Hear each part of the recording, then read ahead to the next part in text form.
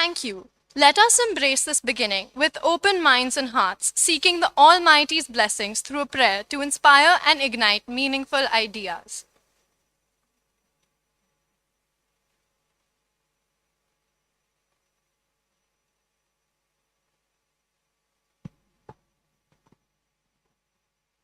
Check. तत्सत् श्रीनारायण तु पुरुषोत्तम गुरु तु सिद्ध बुद्ध तु स्कंद विनायक सविता पावक तु सविता पावक तु ॐ तत्सत् श्रीनारायण तु पुरुषोत्तम गुरु तु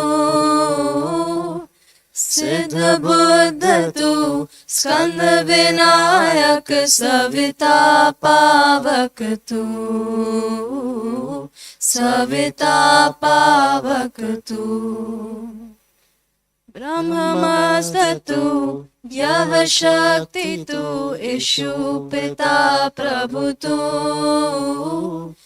रुद्र विष्णु तु राम कृष्ण तु रहीमताओ तु रहीमताओ तु ॐ तत्सत् श्रीनारायण तु पुरुषोत्तम गुरु तु सिद्ध बुद्ध तु स्कंद विनायक सविता पावक तु सविता पावक तु वासुदेव गो विश्वरूप तु वासुदेव गो विश्वरूप तु चिदानंद हरि तु अद्वितीय तु अकाल निर्भय आत्मलिंग शिव तु आत्मलिंग शिव तु ॐ तत्सत् श्रीनारायण तु पुरुषोत्तम गुरु तु सिद्ध बुद्ध तु स्कंद विनायक सविता पावक तु सविता पावक तु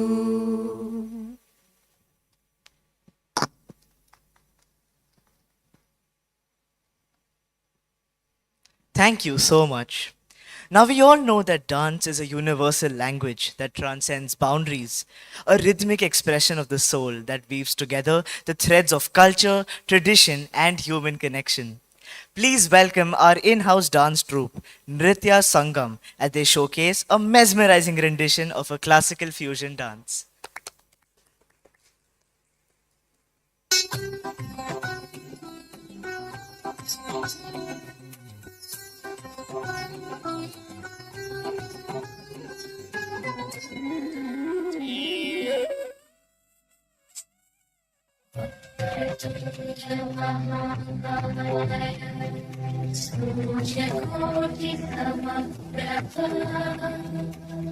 निर्विघ्नं कुरु मे देव सर्वकार्येषु सर्वदा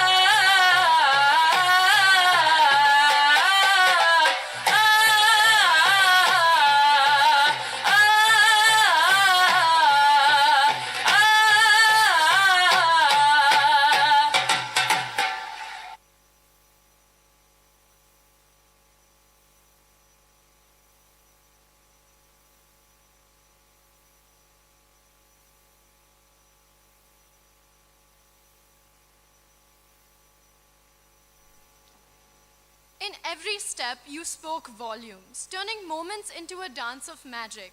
Thank you for that outstanding performance. Good evening, everyone, and welcome to the 7th edition of TEDxYouth at JNS. We are deeply honored and privileged to welcome each of you to this much anticipated event. Discovery, innovation, inspiration. The trio that is responsible for creating major tides in the realm of creativity. Today is a fantastic day to witness these amazing qualities emerge through our compelling speakers. Let us embark on journeys never experienced before and immerse ourselves in TED's storytelling magic with a sprinkle of eccentricity. On that note, we extend a very warm welcome to Principal of Jamnabai Nursing School, Srimati Kalpana Patange, and core team, parents, teachers, and my dear friends. We would now like to present the TEDx introductory video.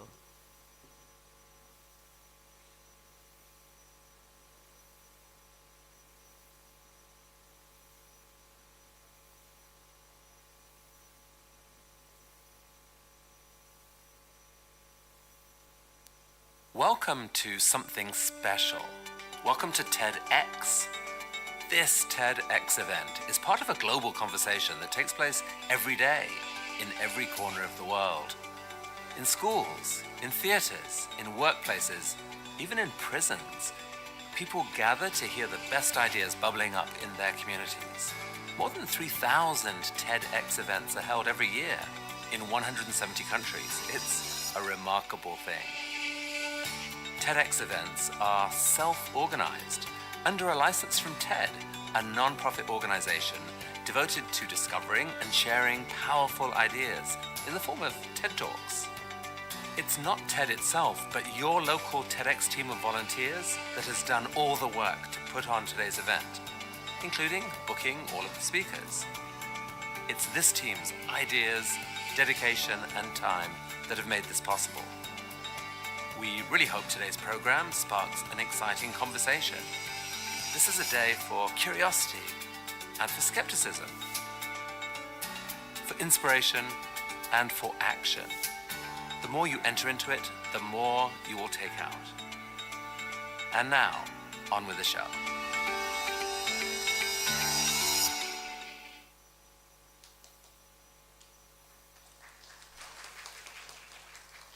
Thank you. Kindly adhere to the guidelines that will be mentioned now. We request you all to keep your phones on silent and avoid flash photography at all costs.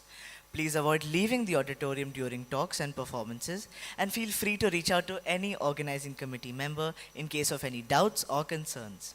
As mentioned in the schedules provided, we will have a brief interval after our second and fourth speakers respectively. Refreshments for the speakers will be made available in E49 in the interval. Now, without further ado, let's begin our event with our first speaker for the day, Miss Sneha Desai. A dynamic presence in Indian theatre, television, and film, with over 22 years in media and storytelling, Miss Sneha's stage work includes over 1,200 shows at renowned theatres like NCPA, along with her silver screen works, including films like India's Oscar-nominated Lapata Ladies and Maharaj. Also, a versatile writer, Sneha Mrs. Marathi play Safar Chand won the Rajya Nritya Puraskar in 2023.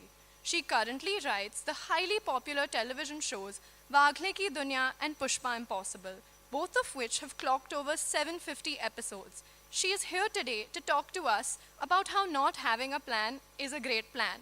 Through her talk, A Journey of a Reluctant Writer. Thank you.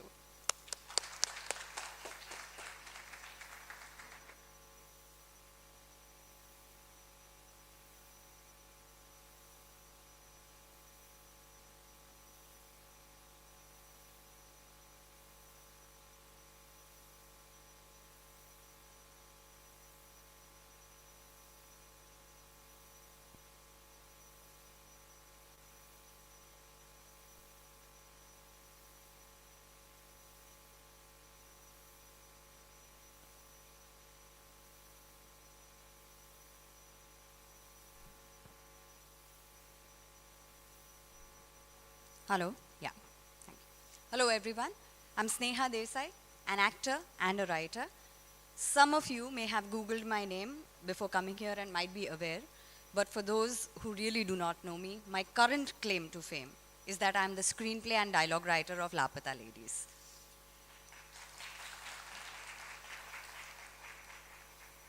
They say you plan and you plan and you plan, and then what happens is life. And life is what happened to me. I studied in a modest SSC level school, was a good student, scored well, got into Narsi Monji College of Commerce and Economics, did a bunch of activities over there, the most prominent being getting an inroad into the NM Intercollegiate Drama team. I did my post-graduation from NMIMS. I scored well there too and got an on-campus placement with Hewlett-Packard. By that time, I was engaged to get married to my current spouse. The 6-month Hewlett-Packard stint at Bangalore seemed too much for the new lovebirds at that time, and hence I gave up the job and chose to continue acting on Gujarati stage. I acted in hundreds of shows and meanwhile got married and had a baby too. Having a little child made it difficult for stage shows every day, and hence came along a well-earned sabbatical.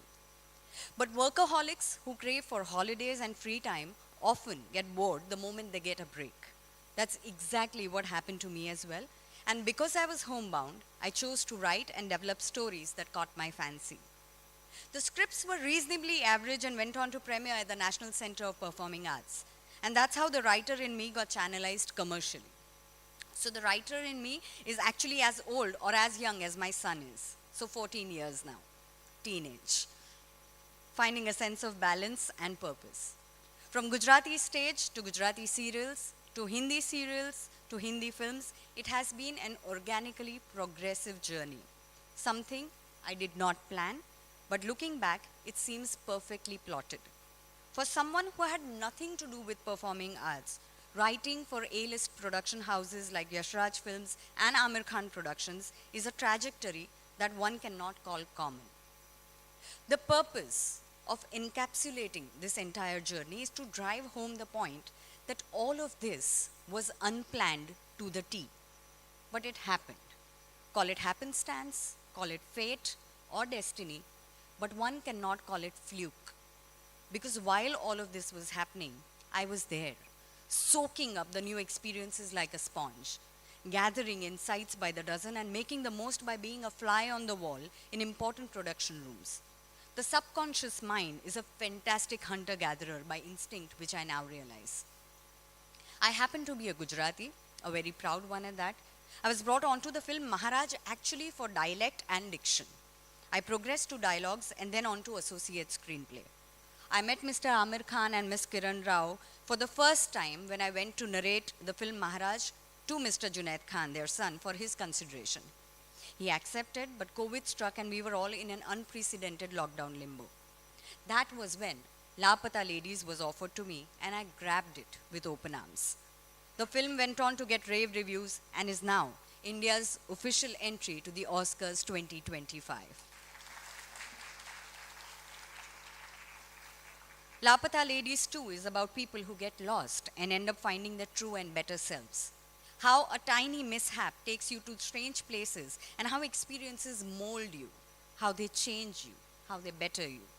It teaches you to make lemonade when life throws lemons at you. It teaches you to embrace the detours on a journey which is well plotted. I was a Lapata lady. I still am one. And I think most of us are Lapata in varying degrees, in varying senses. Remember, as kids, we used to draw in books where we had to join the dots, which were numbered, and they slowly reveal a bigger picture. I was slowly, steadily, and with utmost sincerity going from dot to dot chronologically, not knowing what all of this is leading to. Maybe I'm still waiting for the big reveal. And that's what one must do at times. Drift, flow, surrender. You do not always have to aggressively paddle against the flow. Sometimes struggle is not about walking miles in heat or going from office to office in crowded local trains. Sometimes struggle is just waiting. It could be in an AC office or a swanky core for all you know. Struggle is constantly honing your craft, keeping pencils sharpened, not knowing when you'll need them. Struggle is being perpetually on standby mode till an opportunity presents itself. Just flowing in hopes of reaching the right place. And believe me, waiting is not easy, especially when you do not know what exactly you are waiting for. So many of you at this age stand at crossroads, not knowing what will become of you. Science ले तो लिया है पर कर पाऊंगा कि नहीं, commerce लेकर क्या ही उखाड़ लूंगा मैं, ये एआई एक्चुअली होता क्या है, मैं जो पढ़ रहा हूँ वो ऑलरेडी रिडंडेंट हो चुका है क्या. I was as confused. Up until I was 29-30, I did not find my calling. I was doing fantastic work, making money, getting fame at regional levels, but was it really my calling?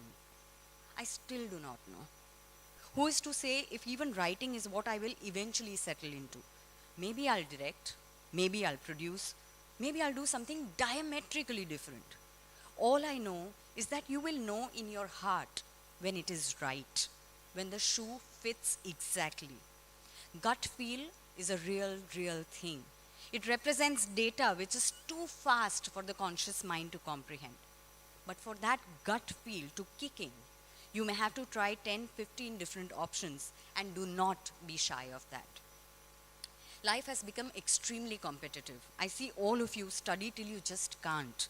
Rote learning, projects, assignments, submissions and whatnot. You're expected to choose your electives from standard 8th, which I feel is too young to know what stream is best for you. I certainly would not want to be in your shoes. So for all those who have already planned what they want to do, good if you make it and you love it. But if you make it and then hate it, don't hesitate to change paths, to make amends, to jump streams. Life is too short to cling on to mistakes. If you're not dealt the right cards, reshuffle the bloody deck as many times as you want. Start over and over again. There is no tax on that as yet. What you have learned will never go waste. It can be applied in different ways to whatever you do eventually. My management background makes me a smarter creative than most others. See, planning, according to me, is great. It sets the ball rolling. It gives you a blueprint, a map. Follow it, but don't be rigid. You may not reach where you intended to, but you will certainly end up where you need to be. Keep margins to correct your path, to stray for a bit, to wait longer where you want to. Be very serious about life, but don't be paranoid. When nothing works, work on yourself. Try and be the healthiest, the most well-read, most well-rested and well-traveled version of yourself. Immerse yourself and invest hours in reading up on all that you're passionate about. Just make your bed after you wake up, or learn to dish out a great breakfast for God's sake. Learn how to write a check, how to withdraw cash. Learn how to update your government documents. Those are the real googlies in life. You're allowed to be a masterpiece and a work in progress simultaneously. Make excellence or bettering yourself a habit. वो कहते हैं ना, कहीं बकरी को कितना भी धो लो, उसमें से बास बकरी की ही आएगी. It's something like that for excellence as well. Just be good at your work. Nothing can undo that. If you're good at something, you can only get better. Energy is never lost. It transforms into different forms. Efforts are never lost. They translate to success. Eventually, they always do. And while you're at it, learn to be happy. It is unfortunate that no curriculum teaches us to be happy and to handle failure, to appreciate music, poetry, sunsets, sunrises, to handle relationships and heartbreaks, to pay attention where it matters the most at that particular age. Learn that. Having a soft heart in a cruel world is courage and not weakness. Know where you need to catch breath and know where to push gears and work overtime. And not all of life is for growing. Some of it is for blooming as well. Use social media. Don't allow social media to use you. Play games, but don't be played by those games. Those who struggle to find meaning often seek solace in pleasure. For anyone who wants to write, all I have is disclaimers. Writing is a highly isolated job. Collabs on writing and ideation are not easy. Long hours, writer's blocks, rejections, revisions, they come with the territory. It needs desk discipline, needs observation, needs the gumption to put your honest, naked opinions on paper, to walk away from a crowd that gives you strength but takes away your individuality. Writers are meant to challenge and not to confirm. It needs more stamina than speed because writing is a marathon and it's not a sprint. You need to gather vocabulary, you need to gather ideas, you need to read up on anything that matters, be alive and magnetic enough to attract characters and stories. Staring at a blank page when one begins to write a project is a dreadfully horrifying time. 15 mark का आप जो ऐसे लिखते हो क्या हालत होती होगी मैं समझ सकती हूँ. I don't need to tell you this. कितना भी लिख लो 2 पन्ने पूरे नहीं होते. Imagination खत्म हो जाती है पर पन्ने पूरे नहीं होते. It's like preparing for history and getting to know when you come to school that it's physics paper that day. It's so horrifying. I curse myself at times for volunteering to take up one of the most difficult jobs in the world when I could conveniently just buy a ticket and judge the work of other writers having caramel popcorn. Being a reluctant writer, I write about 40 pages every single day. On an average, I write 45 episodes a month of Wagle Ki Duniya, Pushpa Impossible, other series, and add to this the film work. My neck hurts and my social life sucks. I don't think I'm allowed to die unless I deliver my episode for the day. But to finally see your name when the credits roll or on the front page of a book is a high that no drug can ever give you. That's what creative people work for. Thousands and thousands of hours of slogging for that one moment of extreme happiness and gratification. All of you have to find that one dream, that one goal, that one moment that will make your every effort worth it. This has been my journey, a rather reluctant one, an unplanned one, but it has been exhilarating. It has been surprising, it has been shocking, it has been sweet, sour, all rolled into one. It has taken me to places that I had never imagined I would go to. It has given me friends and colleagues that I would have never hoped to cross paths with. It has given me fame, it has given me money, both of which I never lusted for. I don't think I could have planned my life any better than this. The higher powers have written such a fantastic screenplay of my life that I'd better just see to it that I execute it flawlessly. In short, not planning is a great plan too, but complacency is not. Potted plants are cute, but you'll never find a huge banyan tree in a gamla. It's not meant for your balcony or your terrace. For that, one must move out of the comfort zone into the vastness, in a place where not much surrounds you. You will have to make a move into the bright sun, as reluctant as it may be, because if you do not play, you will have to sit on the fence and see others score. Make your passion roar louder than your demons, and believe me, you will either find a way or create one. The reason I ask you to put faith in not planning is because success blooms from those corners too. I am an example of that. The next generation is a lovely generation. It is a different generation. It is a rebel generation. They will do things, but their way. They might lack a little bit of common sense, but might make up with artificial intelligence, but they will. Allow them and yourself some liberties, cut some slack. We fail more harshly in our imagination than we actually do. So please, please, please be kind, first to yourself and then to all others. Loads of love and luck. Thank you so much.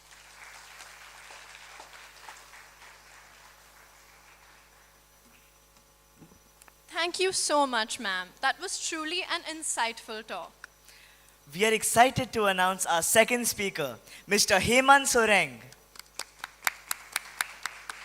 He is an adventurer, author, documentary filmmaker, entrepreneur, and founder of Rustic Travel, a sustainable travel company that provides great experiences.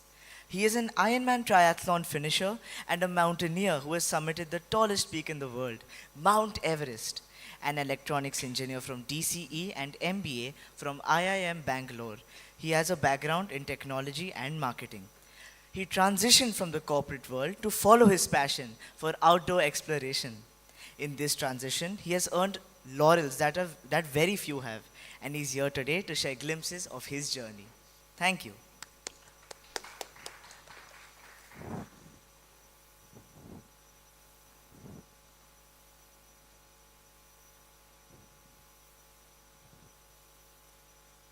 Namaste, good afternoon. Hello, my young friends. Thank you for having me here. Today I'm going to tell you a story. It's my story, and it's a story of the many Everests that I climbed successfully, and many of them I could climb. I was unsuccessful before I actually climbed Mount Everest. This started in New Delhi many, many years ago.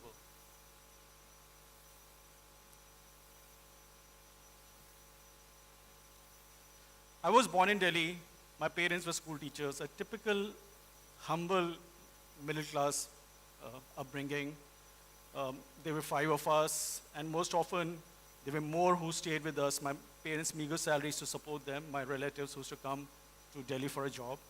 And like any family, during summer vacation, we used to go on holidays. And since Delhi was close to hills, we used to go there pretty often. And I remember one of these holidays, we went to Sikkim. And this is Sikkim of 70s and 80s, very pristine. And that's where I saw this beautiful, majestic mountain, Kanchenjunga. It was love at first sight. I knew it then that this is my calling, and I have to come back again and again. I still have that picture as a 10-year-old etched in my brain.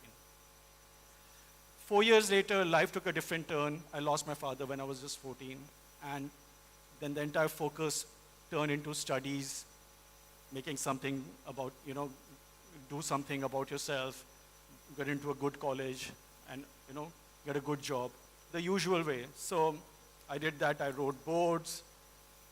I think I did good. I went to an engineering college, learned engineering. Then I wrote CAT, I cracked it. I went to IIM Bangalore. And during my MBA, I learned this wonderful technology called internet. This is like mid-90s when internet had just come into the world. And when I graduated, I started my career here in Bombay in advertising and marketing.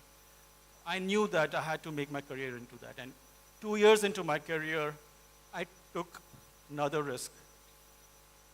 I joined a startup at half my salary just to learn this medium, and eventually started a digital marketing company way back in 2000. I think it was one of the first ones in India. 6 months down the line, we were on the brink of closure.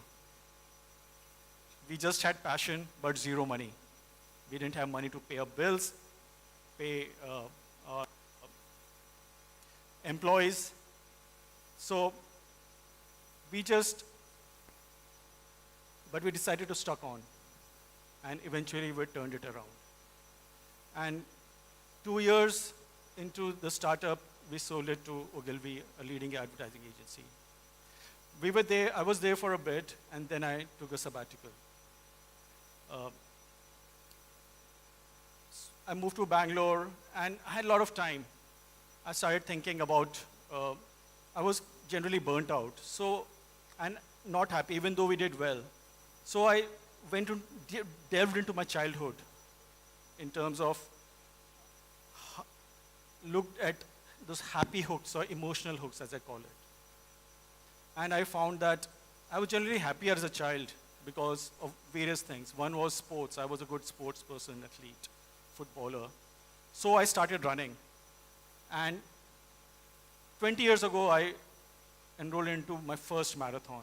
The distance itself was a Everest to me at that time. I faltered, but I ran it. I completed it. I felt very confident.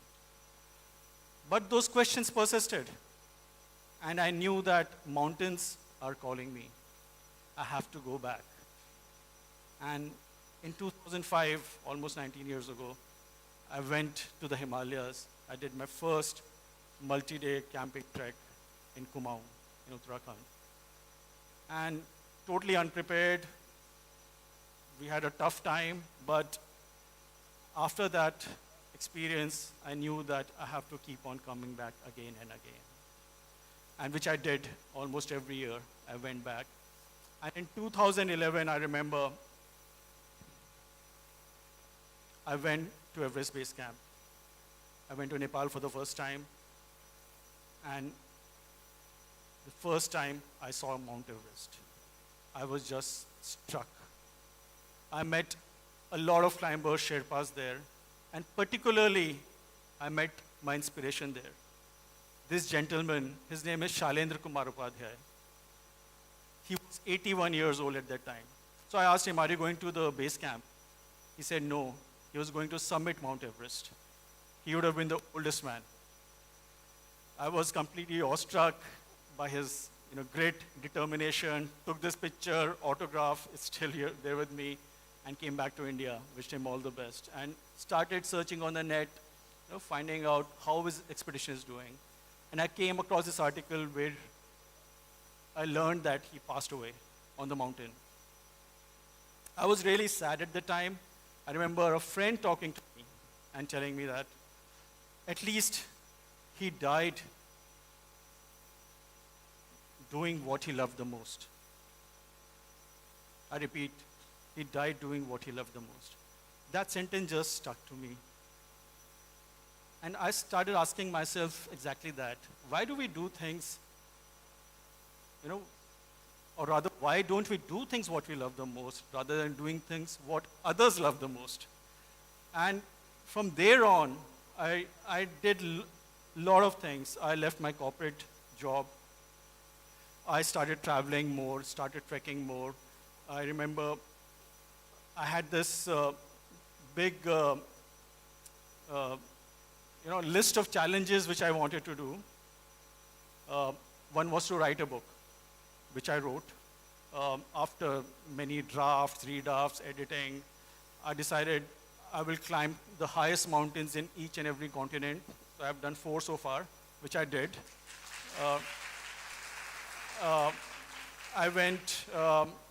I enrolled in Ironman, even though I knew I didn't know swimming.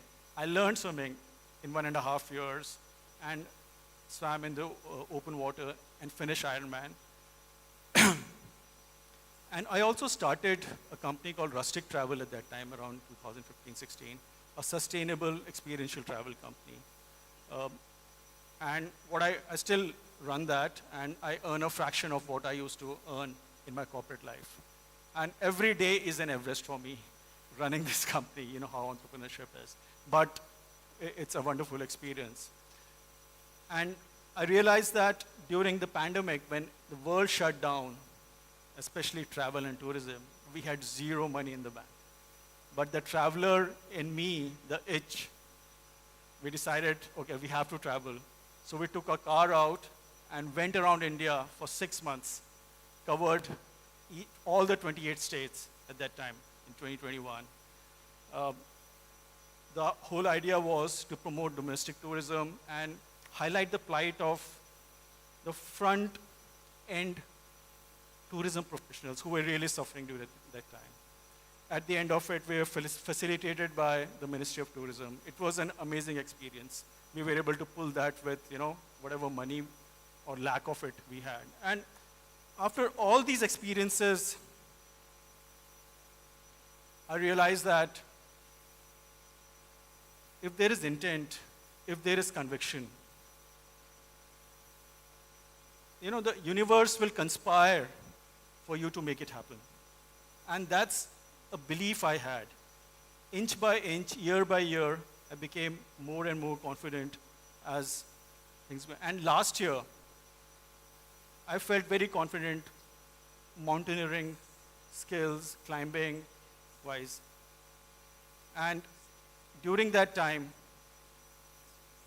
last year, I lost my mother. It was a very sad incident, of course. And I decided that time, and it triggered something in me. And I said, I have to do something to dedicate it to her. And that's when I decided that, okay, I will summit Mount Everest. Even though I had no idea what it takes. I mean, I had an idea, but it's a huge, huge undertaking. So, keeping that in mind, last 1 year, I got into training. And it's a grueling training. While you're running your company, you're doing other things. 6 days a week, you're climbing, running, cardios, strength training, rock climbing. I mean, the works. 1, 2, 3 hours a day, 6 days a week, 52 weeks in a year on trot. It doesn't matter whether it's sunny outside, raining outside, you feel more sleepy, you have to go out and do it. And I mean, that's what I did. I felt confident after the end of it, and in April this year, I just packed everything and went off to Nepal with whatever I have. So this is just a part of that packing list, what is there. The actual bags look like something like this, which you'll see the slide. Some 55 kg worth of equipment and gear I hauled all the way to Nepal. And when I came, and when I reached Nepal, I met my team. I was part of an expedition company. There were 40 of us. And they were from all over the world, from South America, Bolivia, Argentina, to Fiji, Estonia in Europe, Russia, Afghanistan, India. It was just amazing bonding with everyone, hiking with them, hanging out with them in the base camp. And and typically the climbing season starts with a puja. And so we had a puja wherein we prayed to Mother Goddess, Sagar Mata, seek her blessings, and seek her permission to climb foot on her and for a safe passage back to summit and, come back. Everybody takes it seriously. And after that, it's business. It's about acclimatizing, because you are going to higher altitude, which means that you go up to higher camps, sleep there, come down. Go again to much higher camps, sleep there and come down. So you do that multiple times. And all this while you have to cross through those treacherous zones like Khumbu Icefall, which is the most dangerous part of Everest. And accidents happen left, right, and center with bottomless pits of crevices, seracs, which are as huge as skyscrapers, which weigh thousands of tons and could fall on you anytime. And while doing this, on my last rotation, while coming down, I injured my leg. I injured my knee. And I was evacuated to Kathmandu the next day. And tests happened, and there was a ligament injury which I sustained. I was there, doctor said, okay, you can forget Everest now, go back to India. But I'm a stubborn guy and highly irrational. So I stayed on, and I was there for 8 days. I hoped, I prayed. Of course, I did a lot of other things. It turned out to be a minor strain, and sort of it healed. And I felt good. I didn't go to the doctor back. I didn't go for his consultation. I decided to go back to Everest Base Camp for the summit push. And when I went back, the weather windows were announced, and we started summiting with other climbers. And again, you have to go through the same route, right? You have to go through the treacherous Khumbu Icefall.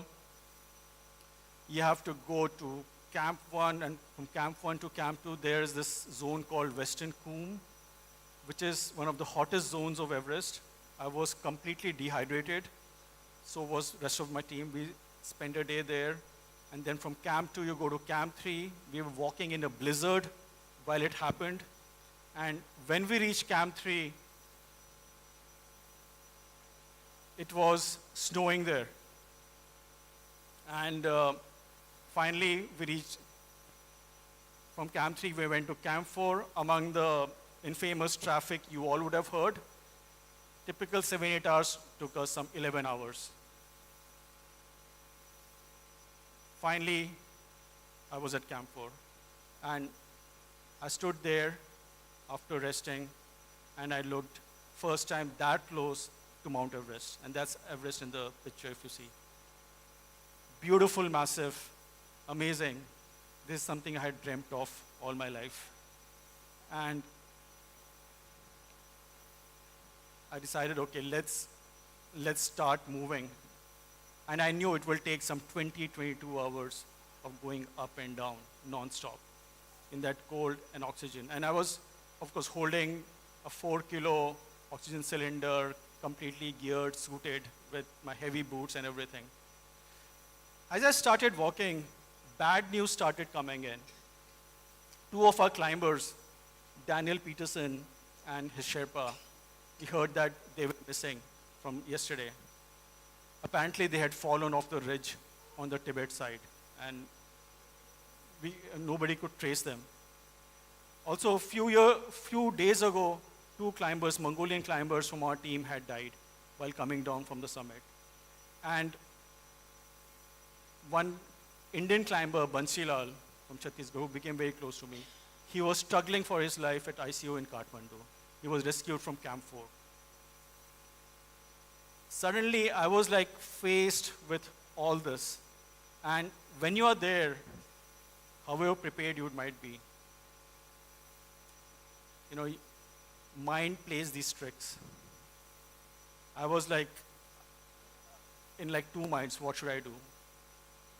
And somehow, that moment, I got this image of my mother, me and my mother.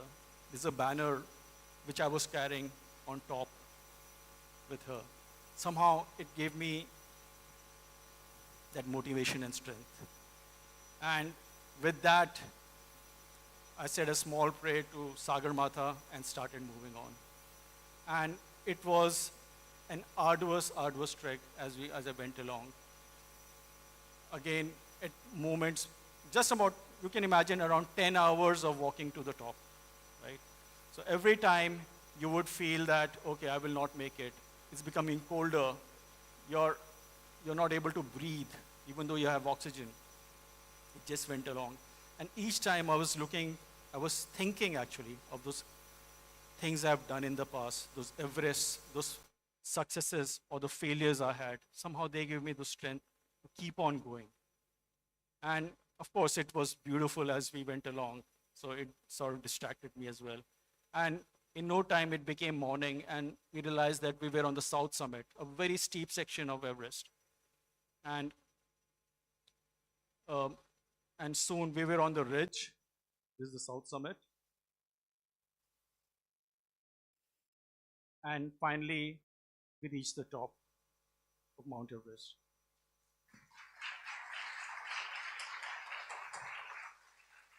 A lot of people ask me, how did you feel when you were there? I have a very disappointing answer to that. I was relieved. I was not exhilarated. I was not pumping my fist in the air. I was not jumping around. I was just relieved I was there. And it was very businesslike, because the mountaineer in me said that, okay, hey, you've just reached halfway through. It's not over yet.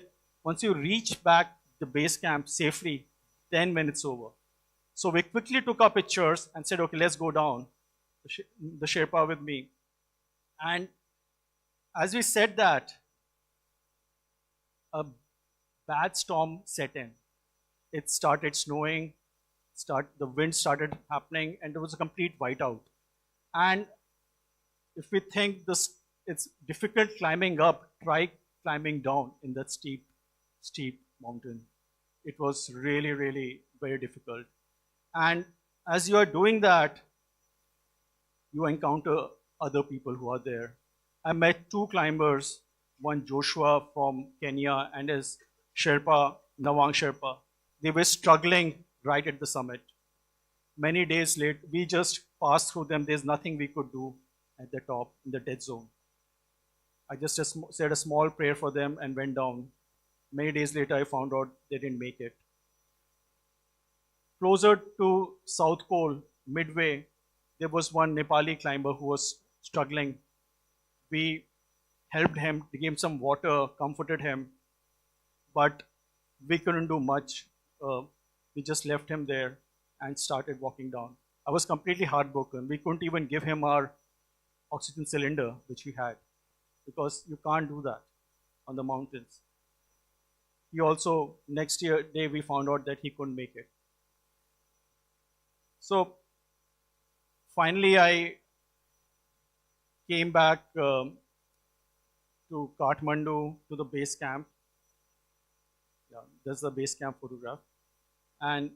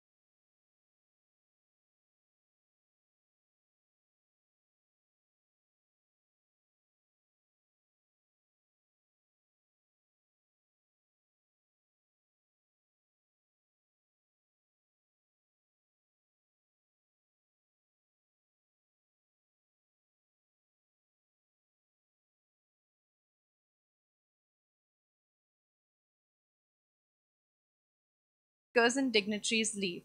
Refreshments have been made available for speakers in room E49. Kindly return by 4:30 sharp.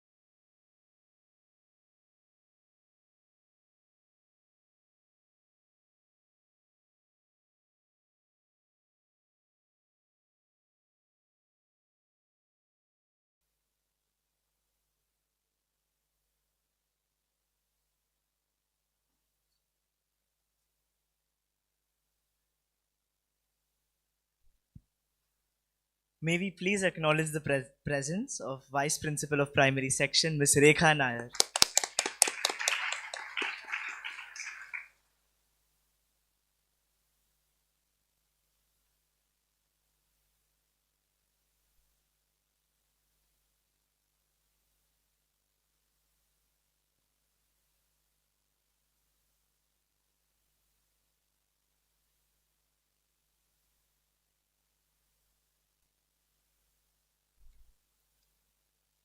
Welcome back, everyone. To restart our event, we have Mr. Omkar Pandharkame.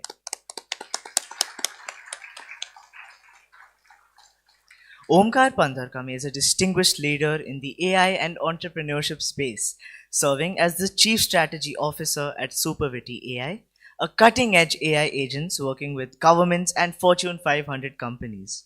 With a dual role as Faculty of Entrepreneurship and Director of the Incubation Center at Atlas Skilltech University, Mr. Omkar has trained over 60,000 students in entrepreneurship, design thinking, and technology. He has collaborated with more than 3,000 educators, supporting them in crafting forward-thinking educational curriculum.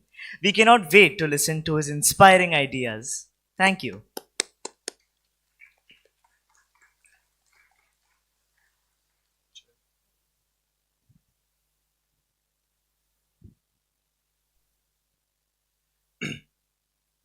Good afternoon to everybody. It is a delight to be here. My name is Omkar, and over the next 15 minutes, I want to tell you something very, very important. I want to take you to the world of AI agents and help you to become an entrepreneur in this future fast world. But before I talk about how do you be an entrepreneur in the AI first world, I want to tell you a little bit about my entrepreneurial ventures. Believe me, I've been an entrepreneur 3 times over, and there's a very high probability that I'm going to do it the 4th time. To start the story, I want to take you to a bustling middle-class neighborhood.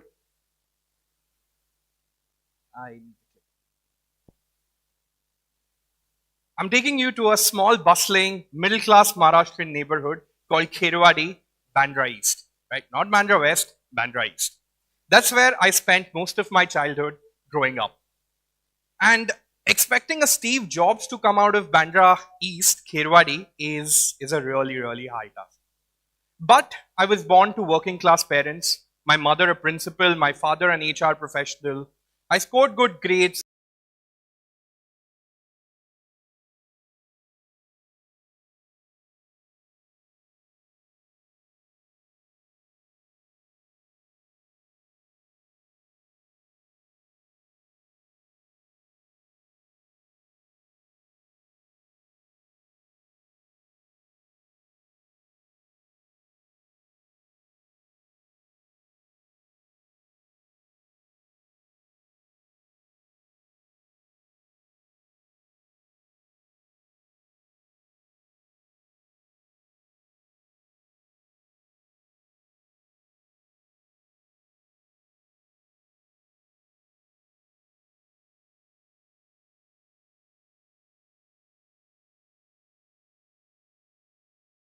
Can we take this global?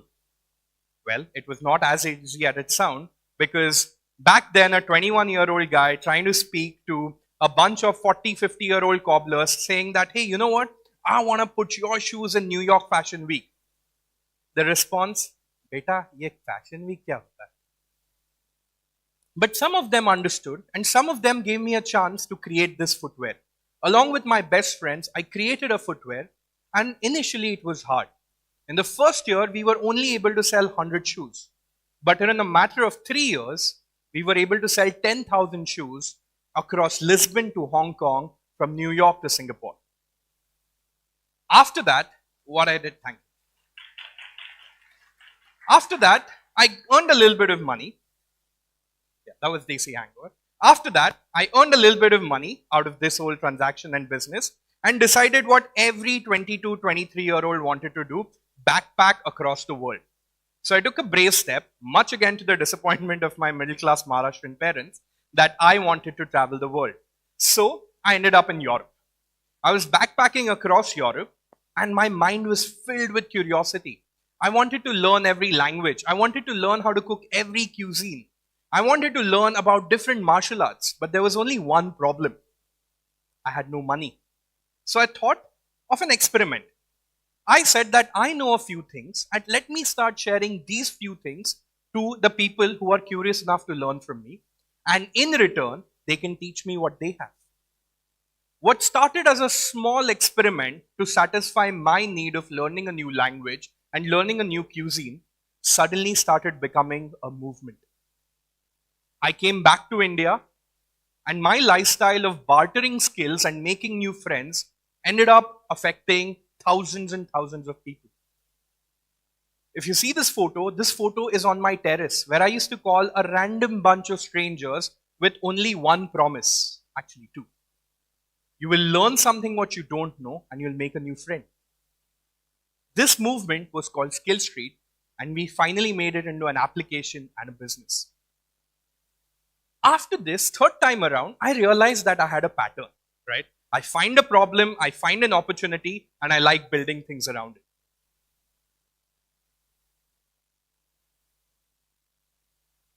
Can we move on to the next slide?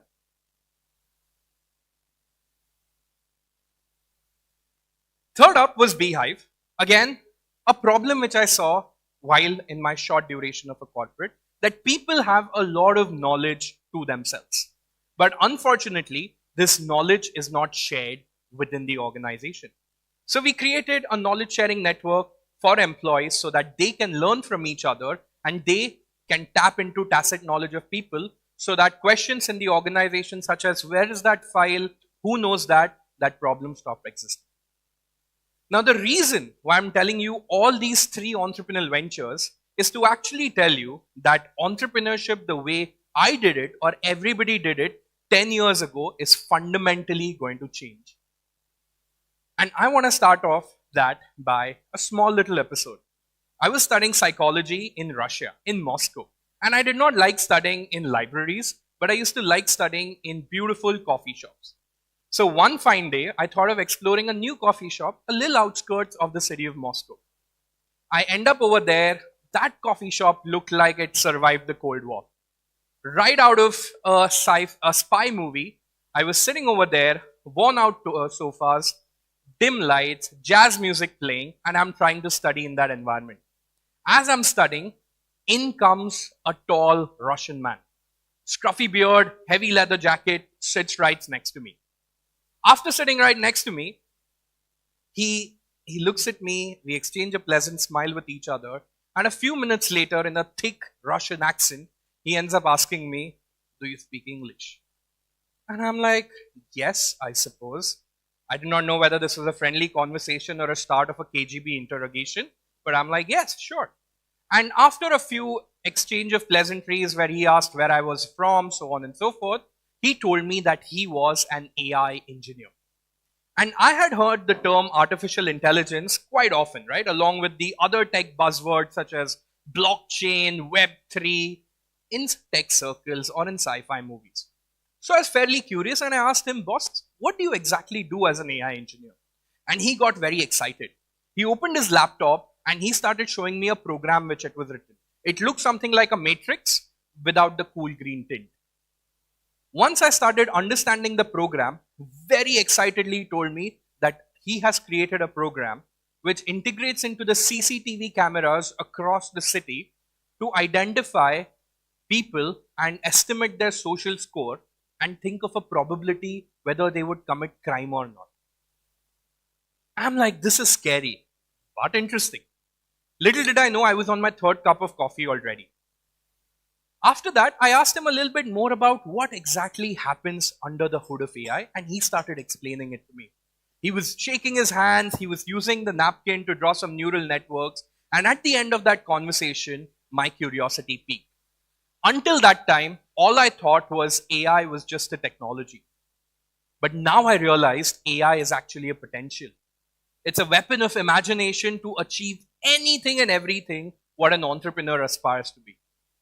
But still, the word AI and everything around AI was restricted to research labs, was restricted to sci-fi movies. But then something happened. On 30th of November 2022, the world changed. Sam Altman, the CEO of OpenAI, launched ChatGPT. Now, ChatGPT democratized artificial intelligence as nobody ever had. Suddenly, it was not restricted to movies, but it was on the phones of each and every person. Anybody who had an internet connection and a phone could use ChatGPT. All the way from writing mails to coding to programming to completing all your school assignments, all had ChatGPT. In fact, I read once that there was a man who created his wedding speech out of ChatGPT. Imagine giving ChatGPT that kind of trust. With this, I decided that as ChatGPT is launching, the best place for my curiosity to be is that in Silicon Valley in Bay Area. So I lock, stock, barrel, I moved over there and I was working on my previous startup. And while I was working on my previous startup, I happened to sit out of a co-working space where a lot of other early stage entrepreneurs were really hustling it out. I clearly remember one fine evening, I had just come back from a conference and I was going through a heap of visiting cards. And as I was going through the heap of visiting cards, I realized that I have to send emails to all of these people, telling them that, hey, it was great to meet you at the conference, and set up follow-up tasks. I was sitting over there Saturday evening, and then there was one other light which was working in the co-working space.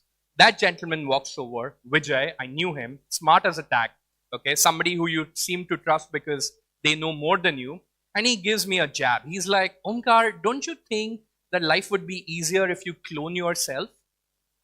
And my ears popped up. I'm like, clone myself? I'm going to put this on pause. Explain, what do you mean? It's like, I am talking about AI agents, right? AI agents are essentially human clones, but the ability to do their work is faster. And I'm like, explain it a little bit more. And he's like, ChatGPT gives you answers once you ask something.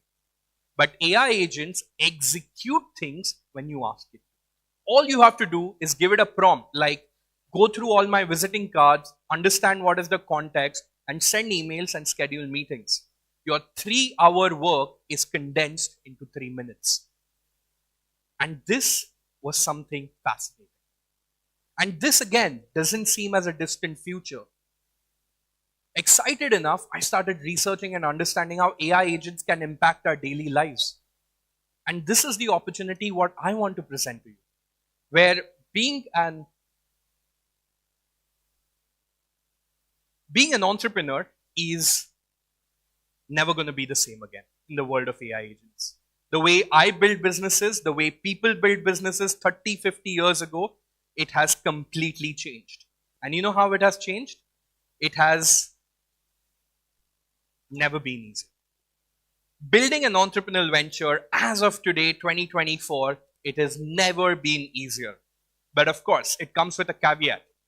It comes with a caveat that if you want to be an entrepreneur in this AI agent's world, you have to assume 3 roles.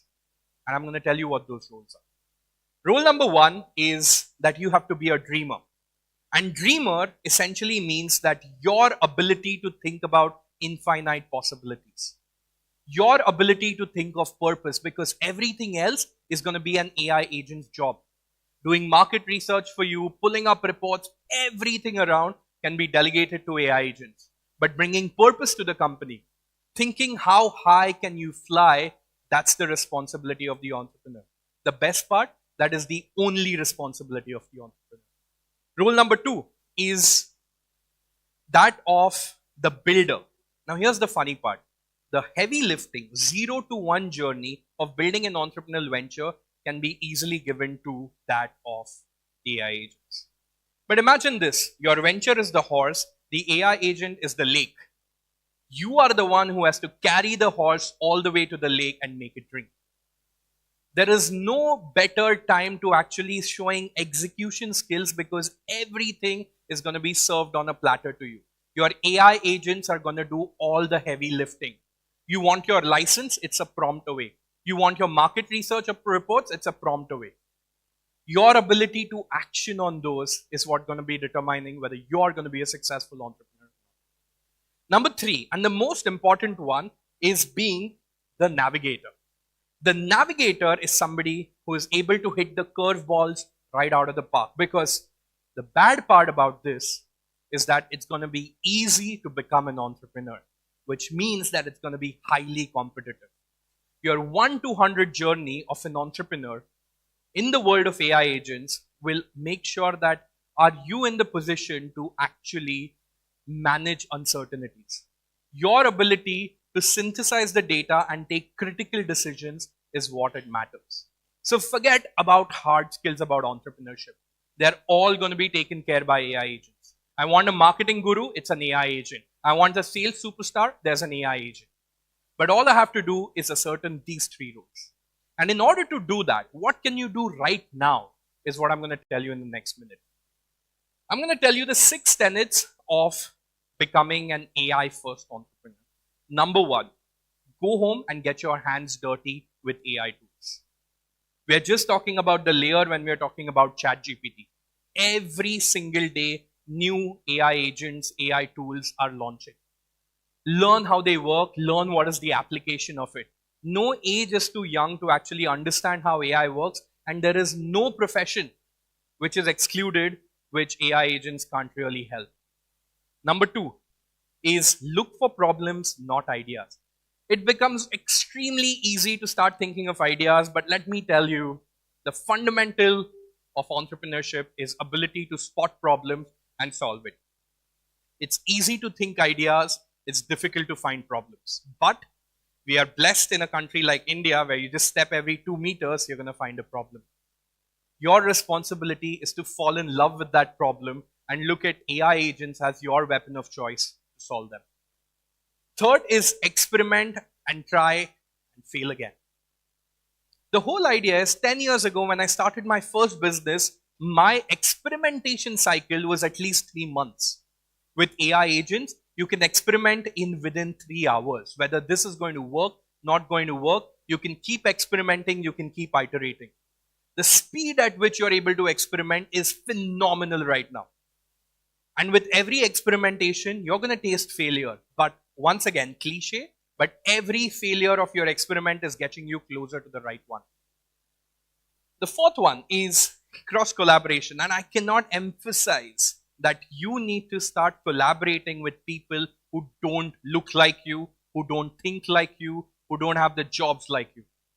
The beauty of output of an AI is how diverse its prompt is, or how diverse set of people have worked on it.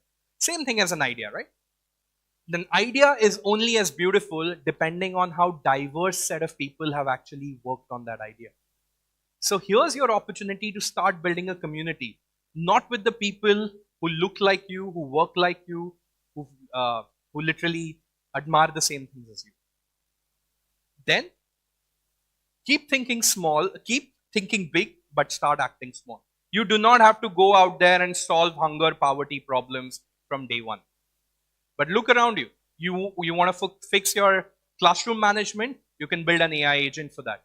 You get trouble dealing with your homework, you can build an AI agent for that. Start solving small problems right around yourself, build that muscle of problem solving, and gradually you can start gasping for bigger problems.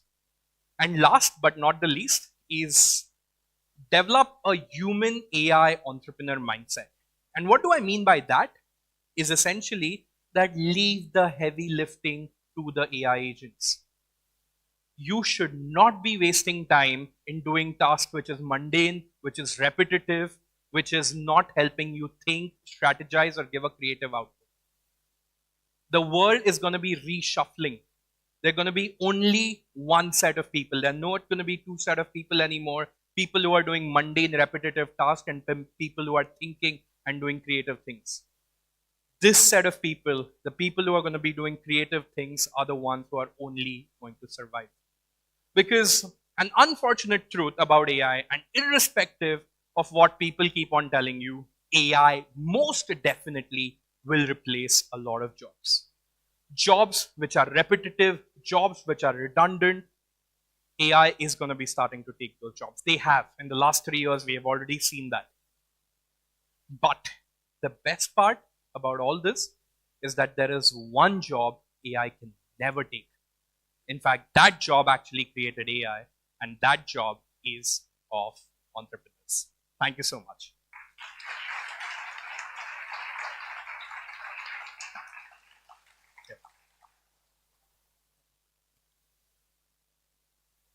Thank you so much, sir. That was a wonderful talk. A good teacher is like a candle. It consumes itself to light the way for others. Join us in welcoming our fourth speaker, Mrs. Heetal Patel. Heetal Patel, inspired by her sister's experience with hearing impairment, began her journey in deaf education as a volunteer at the Oral School for Deaf Children in Kolkata. She holds a BCom degree and advanced qualifications in deaf education, including a diploma and master's from the prestigious Columbia University. As a co-founder of RA Speech and Language Therapy Center, she works as a language therapist for young children with hearing impairments and special needs, continually advancing her skills to empower the disabled community. We are beyond excited to learn more about her story through her journey of expressions.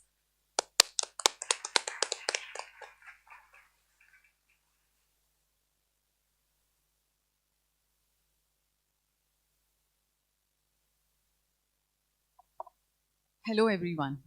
Well, so none of you could really hear or understand what I really just said. This is how the world of a profoundly hearing deaf person feels like. Well, many of us take hearing normally as for granted. I never had the chance to do so as my younger sister was born deaf. My sister has bilateral hearing profound loss and uses hearing aids as an assistive listening device. I have been working with the hearing impaired children for the past 25 years now. My journey began as a volunteer assisting at the Oral School for Deaf Children in Kolkata while I was pursuing my Bachelor's of Degree in Commerce from the Calcutta University. My duties consisted of assisting the teachers in planning the lessons, helping students with their difficulties and overall classroom activities. Realizing that this was my true calling, I went on to pursue my diploma in special education with hearing impairment from the Dr. S.R. Chandrasekhar Institute of Speech and Hearing, Bangalore. My drive to help these students led me to further better myself as I had the honor to be the scholarship recipient at the prestigious Teachers College at the Columbia University in New York, where I achieved my double masters under the Master of Arts and Master of Deaf Education. To augment my knowledge and help my hearing impaired students with additional issues, I also did a diploma in special education covering the areas of ADHD, autism, and learning disability from the Asian College of Teachers. Currently, I work as a special educator and a speech and language therapist at the RA Speech and Language Therapy Center.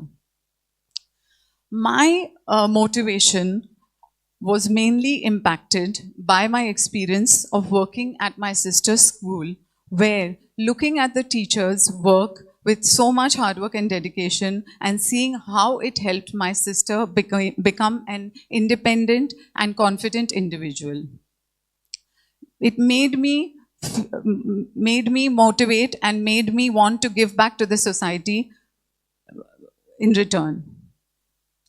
I believe as teachers and educators, we can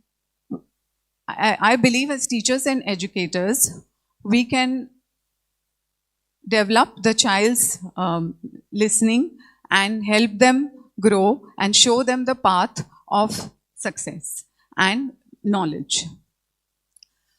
It is sad, however, to see that even in today's day and age, while hearing impairment is rampant, there are people who still call hearing impaired people deaf and dumb. I would like to clarify here that deaf people are not mute. In fact, there are some deaf people who can really speak clearly and well, and others who cannot because their hearing loss prevents them from hearing from learning spoken language. Deafness does not have an effect on our vocal cords, hence we are not vocally dumb or even mentally dumb. There are mainly two systems of education in deaf education, namely manualism and oralism. Manualism uses sign language as the mode of instruction, and oralism uses spoken language. My passion lies in working with the very young hearing impaired population, say from 6 months to 8 years, who have been diagnosed with a hearing loss and are using a hearing aid or a cochlear implant to help in assisting their listening and speech and language development. Hearing aids, however, provide amplification of sound. They do not restore hearing. Hence, it works best in cases with mild to moderate loss. However, children with bilateral profound hearing loss have the advantage of using a device called cochlear implant, which is the best invention in the medical science in this field. An implant can restore our sense of hearing. It is a small complex electronic device that consists of an external part that is placed one behind the ear and the other is surgically inserted under the skin. Once the child is implanted, they can hear different sounds. However, these sounds have no meaning. Hence, the child can hear but not listen. For example, when we travel to a different city in India, say Chennai, we are able to hear what the people are talking in Tamil, but we are not able to understand or comprehend the language. In the same manner, once a child is fitted with a cochlear implant, he or she is able to hear different sounds, but they are not able to understand and comprehend language. This is where I come in. It is my job to teach these children what each and every sound means and help them to go from hearing to listening. From hearing to listening. We start with using noisemakers like drums, xylophone, bells, and we move to environmental sounds like the cooker whistle, the doorbell, the puja bell, the door banging, door knocking, etc. And then we move to speech sounds, words, phrases, syllable discriminations, sentences, paragraphs, and then finally conversation. It is a long and hard-working journey for the parent, the therapist, and the child together. In our society, we can help these children by making ourselves aware, not just with the deaf community, but also with the challenges faced by the other differently abled children, so we can uplift them and help them. We at our center, called the RA Speech and Language Therapy Center, help develop these children's auditory skills, which in turn helps them in their speech and language skills. We focus on 4 different areas, namely audition, receptive language, expressive language, and speech. We also incorporate music as a part of our therapy.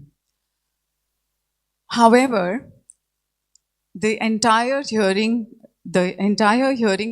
impaired population cannot benefit with the use of hearing aid or cochlear implants.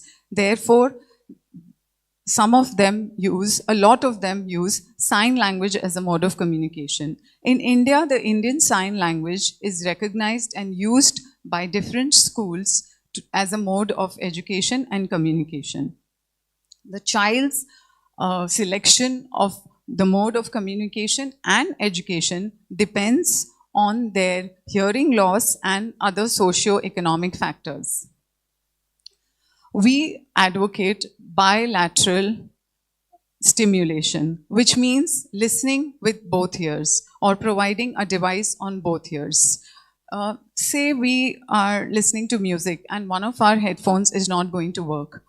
I'm sure you will find it very frustrating and hard to try and listen from just 1 year. We are given 2 years for a reason, and hence we advocate either a bilateral implant or an implant on 1 year and a use of hearing aid on the other ear, since listening from both ears is always better than listening from 1 year. 1 year. It also helps the child in terms of localization and talking in a crowd. So if your implant is this side and you are in a crowded place and people are talking and the sound is coming from that side, sometimes the children feel lost. Hence, if they are implanted on both ears, it helps them to listen in a crowded area or like a classroom better. It is our job to help these children develop age-appropriate language so that they can cope in their regular setups, mainstream setups. However, hearing aids and cochlear implants are listening devices, hence they provide listening. A child's speech clarity depends on a lot of other factors.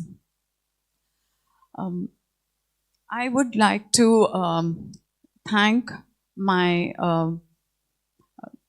I would sincerely like to thank my sister for being a big part of our lives and helping us and helping me more so, helping other people and other children. My daughter who encouraged me to give this talk here, which is my first time.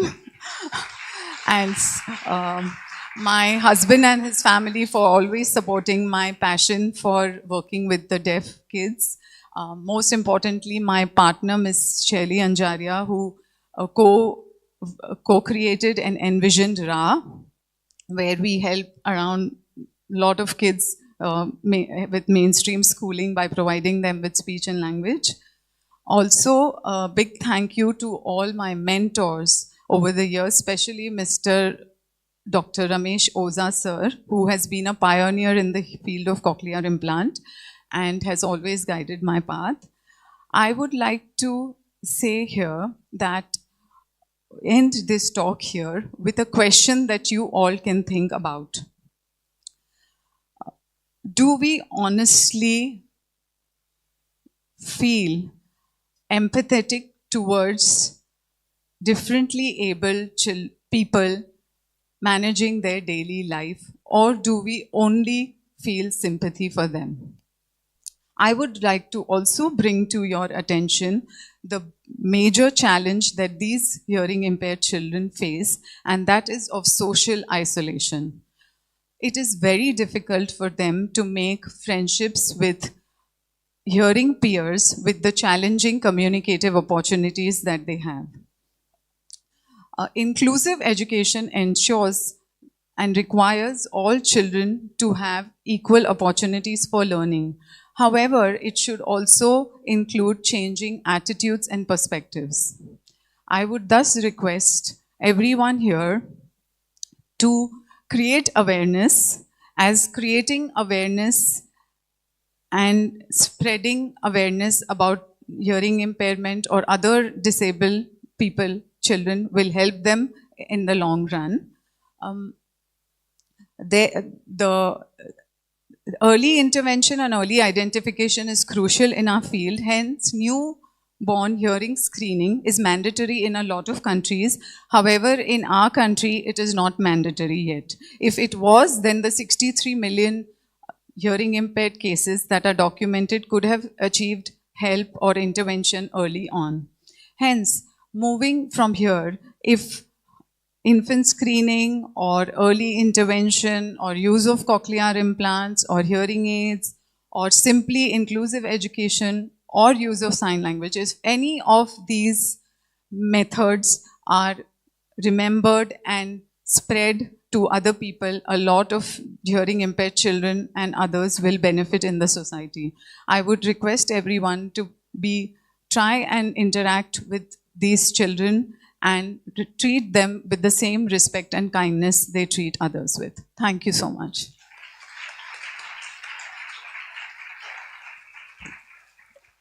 Thank you so much, ma'am. That was such an inspiring journey. Now, we would like to welcome our very own ISC band for a performance.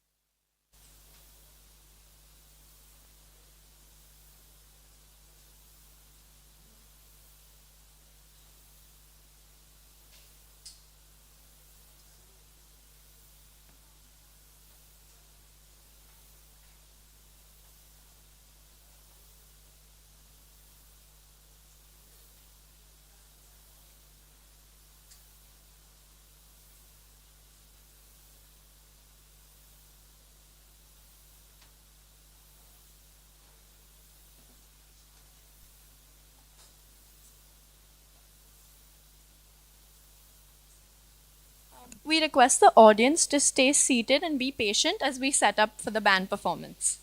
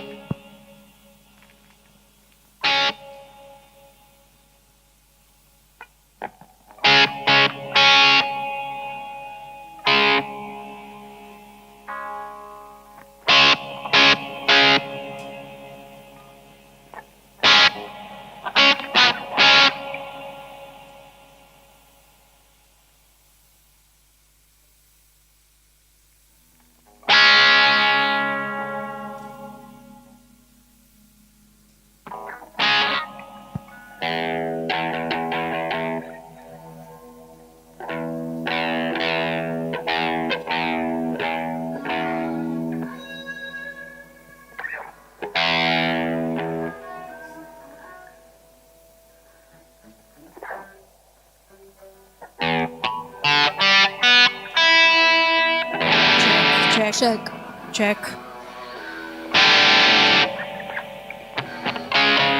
Check, check.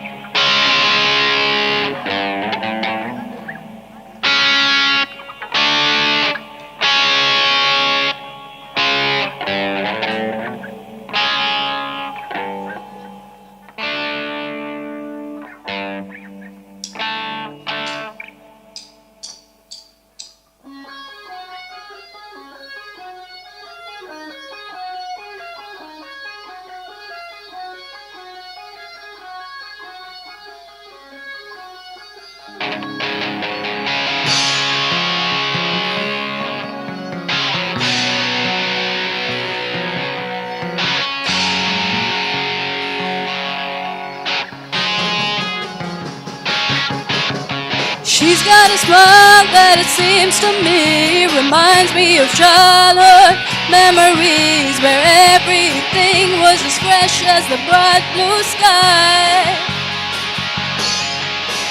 Now and then when I see her face, she takes me away to that special place. And if I stay too long, I'd probably break down and cry. Oh, sweet child of mine. Whoa, sweet love of mine.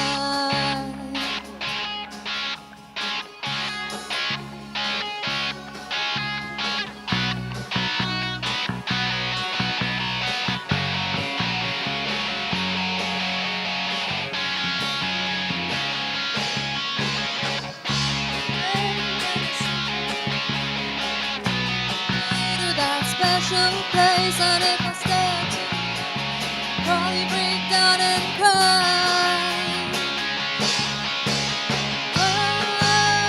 Oh, sweet child of mine. Whoa, sweet love of mine. Whoa, sweet child of mine. Whoa, sweet love of mine.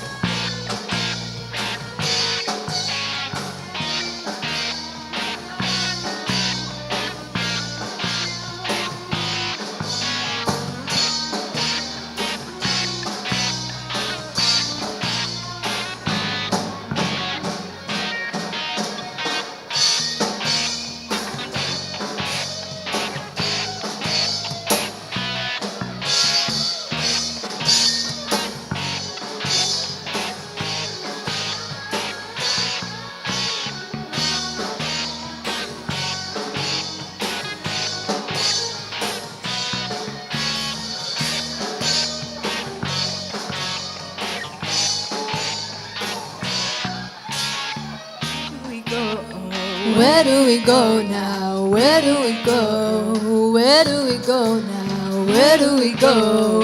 Where do we go now? Where do we go? Where do we go now? Where do we go? Where do we go now? Where do we go? Where do we go now? I.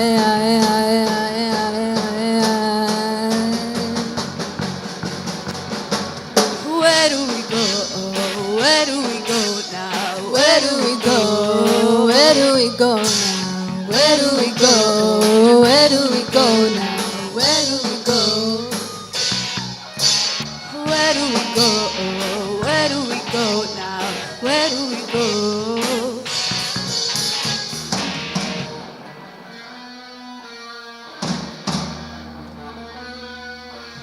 This ain't a song for the broken hearted. No silent prayer for the faith departed. And I ain't gonna be just a face in the crowd. You're gonna hear my voice when I shout it out loud. It's my life, it's now or never. And I ain't gonna live forever.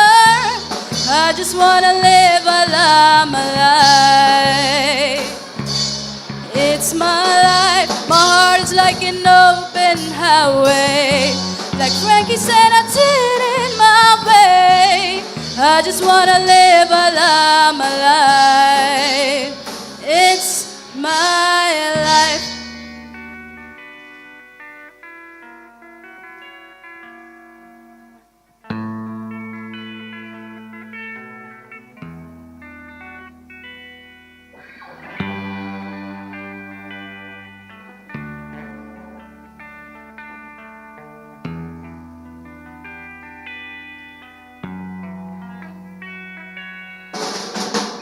On a dark desert highway, cool wind in my hair, warm smell of colitas rising up through the air.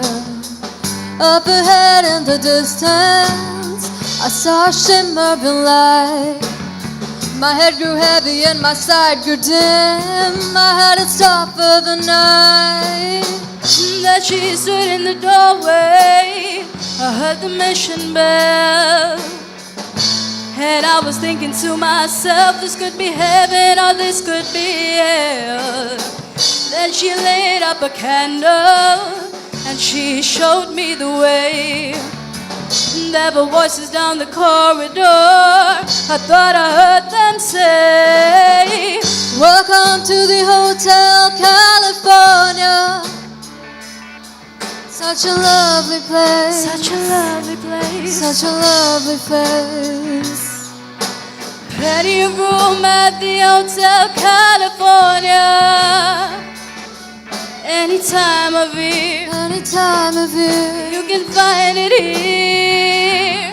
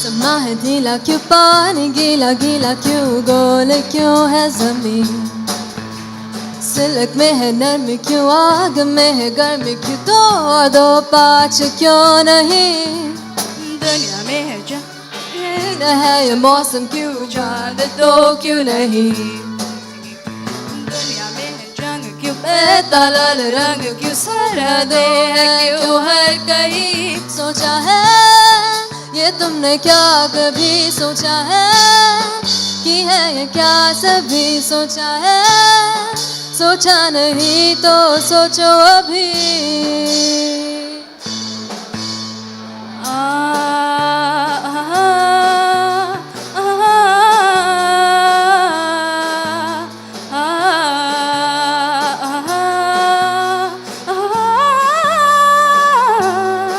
सोचा है ये तुमने क्या कभी सोचा है कि है ये क्या सभी सोचा है सोचा नहीं तो सोचो अभी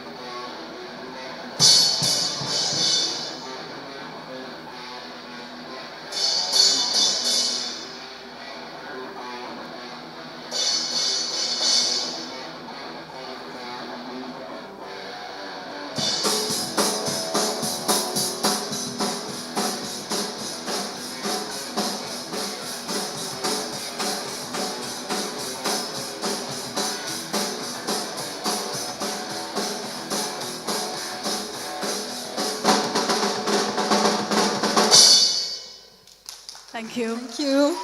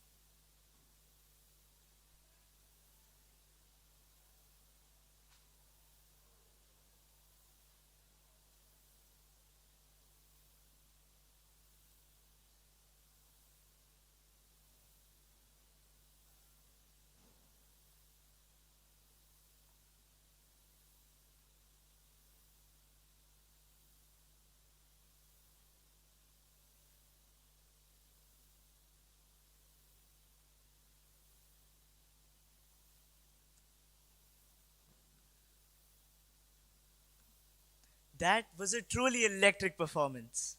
Now it's time for our fifth speaker, Ms. Shamita Singha. An Indian supermodel, she epitomizes the fashion, luxury, and lifestyle world. She was crowned Femina Miss Earth India 2001 and later competed in Miss Earth 2001, where she was one of the semi finalists. After walking the ramp and being the face of many lifestyle brands, she started her own luxury brand management company called One Soul Lifestyle Promotions, which has carved a niche for itself in the fashion, events, marketing, and PR business. Her enthusiasm for luxury and lifestyle has led her to add another vertical in this company that offers social media solutions in addition to executing upscale events to help build as well as position brands correctly through digital marketing. We are beyond excited to have you share your journey. Thank you.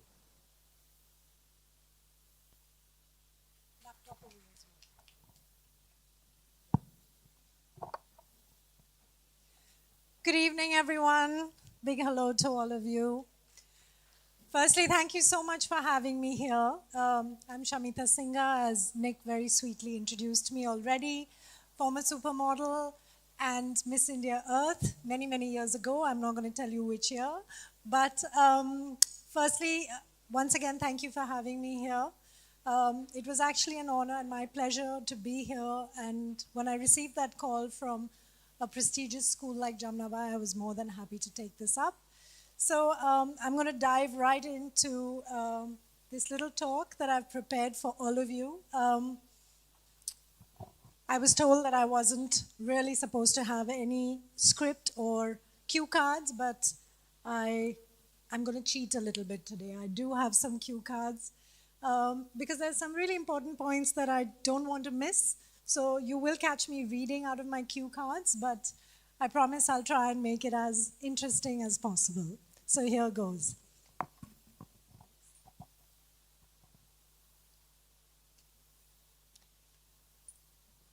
I'll take you back to, check, am I audible?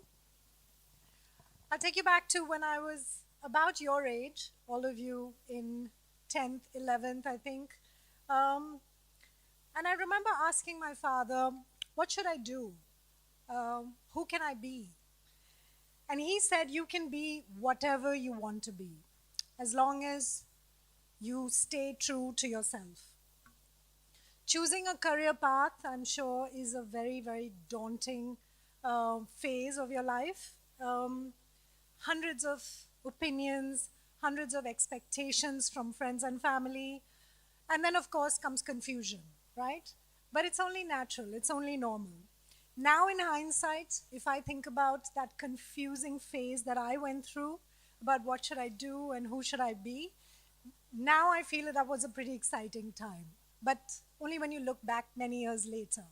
Right now, it's going to be extremely daunting, and that's only natural, so it's okay. Of course, I was slightly confused then as to what I should do. I had no clue. But all I knew is that I would be okay. I would work it out. I would figure it out as long as I could just be myself.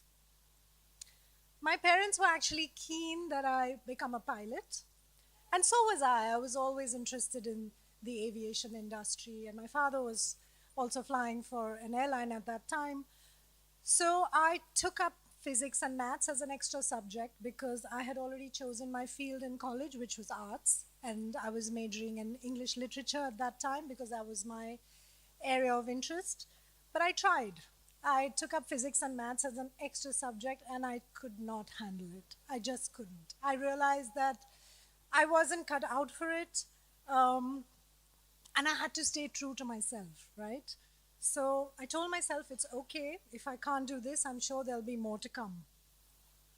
Even though I was told you can be whatever you want to be, the truth is that you have to be realistic and determine if you have the aptitude for something or that innate capacity to excel at something. And it could be anything, really. It could be anything that your heart desires. So here's how it all started for me. I was in college and I was asked to participate in a college fashion show. I was a little reluctant at first, but I knew I had the height, I knew I had the body structure that was required to be on a stage or on the ramp. So I decided to go for it and experience it and enjoy it. At that fashion show, one of the judges was a professional fashion show choreographer or a show director who spotted me. And after the show was over, he came up to me and he said, you know, you really have a good height and a good body structure, and I would like to use you for one of my professional shows that's coming up next month. Would you like to walk for it? Of course, I was taken aback. I was not expecting that at all. But there was a tiny little voice inside of me that said, you know what, go for it. Give it a shot. Why not? So I accepted the offer. And I went along to walk for a professional fashion show literally a month after I did a college fashion show for the first time in my life. After the second fashion show, or rather the professional fashion show was done, the same show director offered me another fashion show immediately. I think it was in a couple of weeks from then, and he said that, would you like to do the other one as well? Of course, that immediately indicated to me that I was being well received, I was being appreciated, and hence I was being given another job to do. Speaking of that little voice inside of me, again, it woke up and said, did you enjoy it? And I actually did enjoy being on stage, being on ramp. I had a good time, and I said, why not? I accepted the second offer as well. And I realized at that time that that little voice inside of you, call it your gut feeling, call it an intuition, that is something that never lies to you. It'll always take you to the right path. So if you can nurture and listen to that feeling, most of your answers in life will come from there, I can promise you that. So that's what I did. I went on to doing the second professional fashion show, and I think I was hooked. But I knew I needed a little more professional grooming and training to be a professional model. And so I asked around as to where I could train a little more to be a model. Of course, those days we didn't have Google. We didn't have Google to ask anything, so I had to ask around. And I realized that the Miss India organization, which organizes the Miss India pageant, was one such organization that gives you free training if you are accepted, and they groom you and they train you to be on the ramp, to be on the stage, and they give you that training, and they also train you to compete, right? They train you to, it's a healthy competition.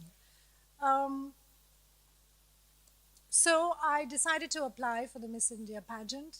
I did, and of course, you only get that training if you get in. I did get in. And once I got in, my training started, and I realized that there were so many girls there who had just entered because it was something that they just wanted to experience once in life, which is also fine.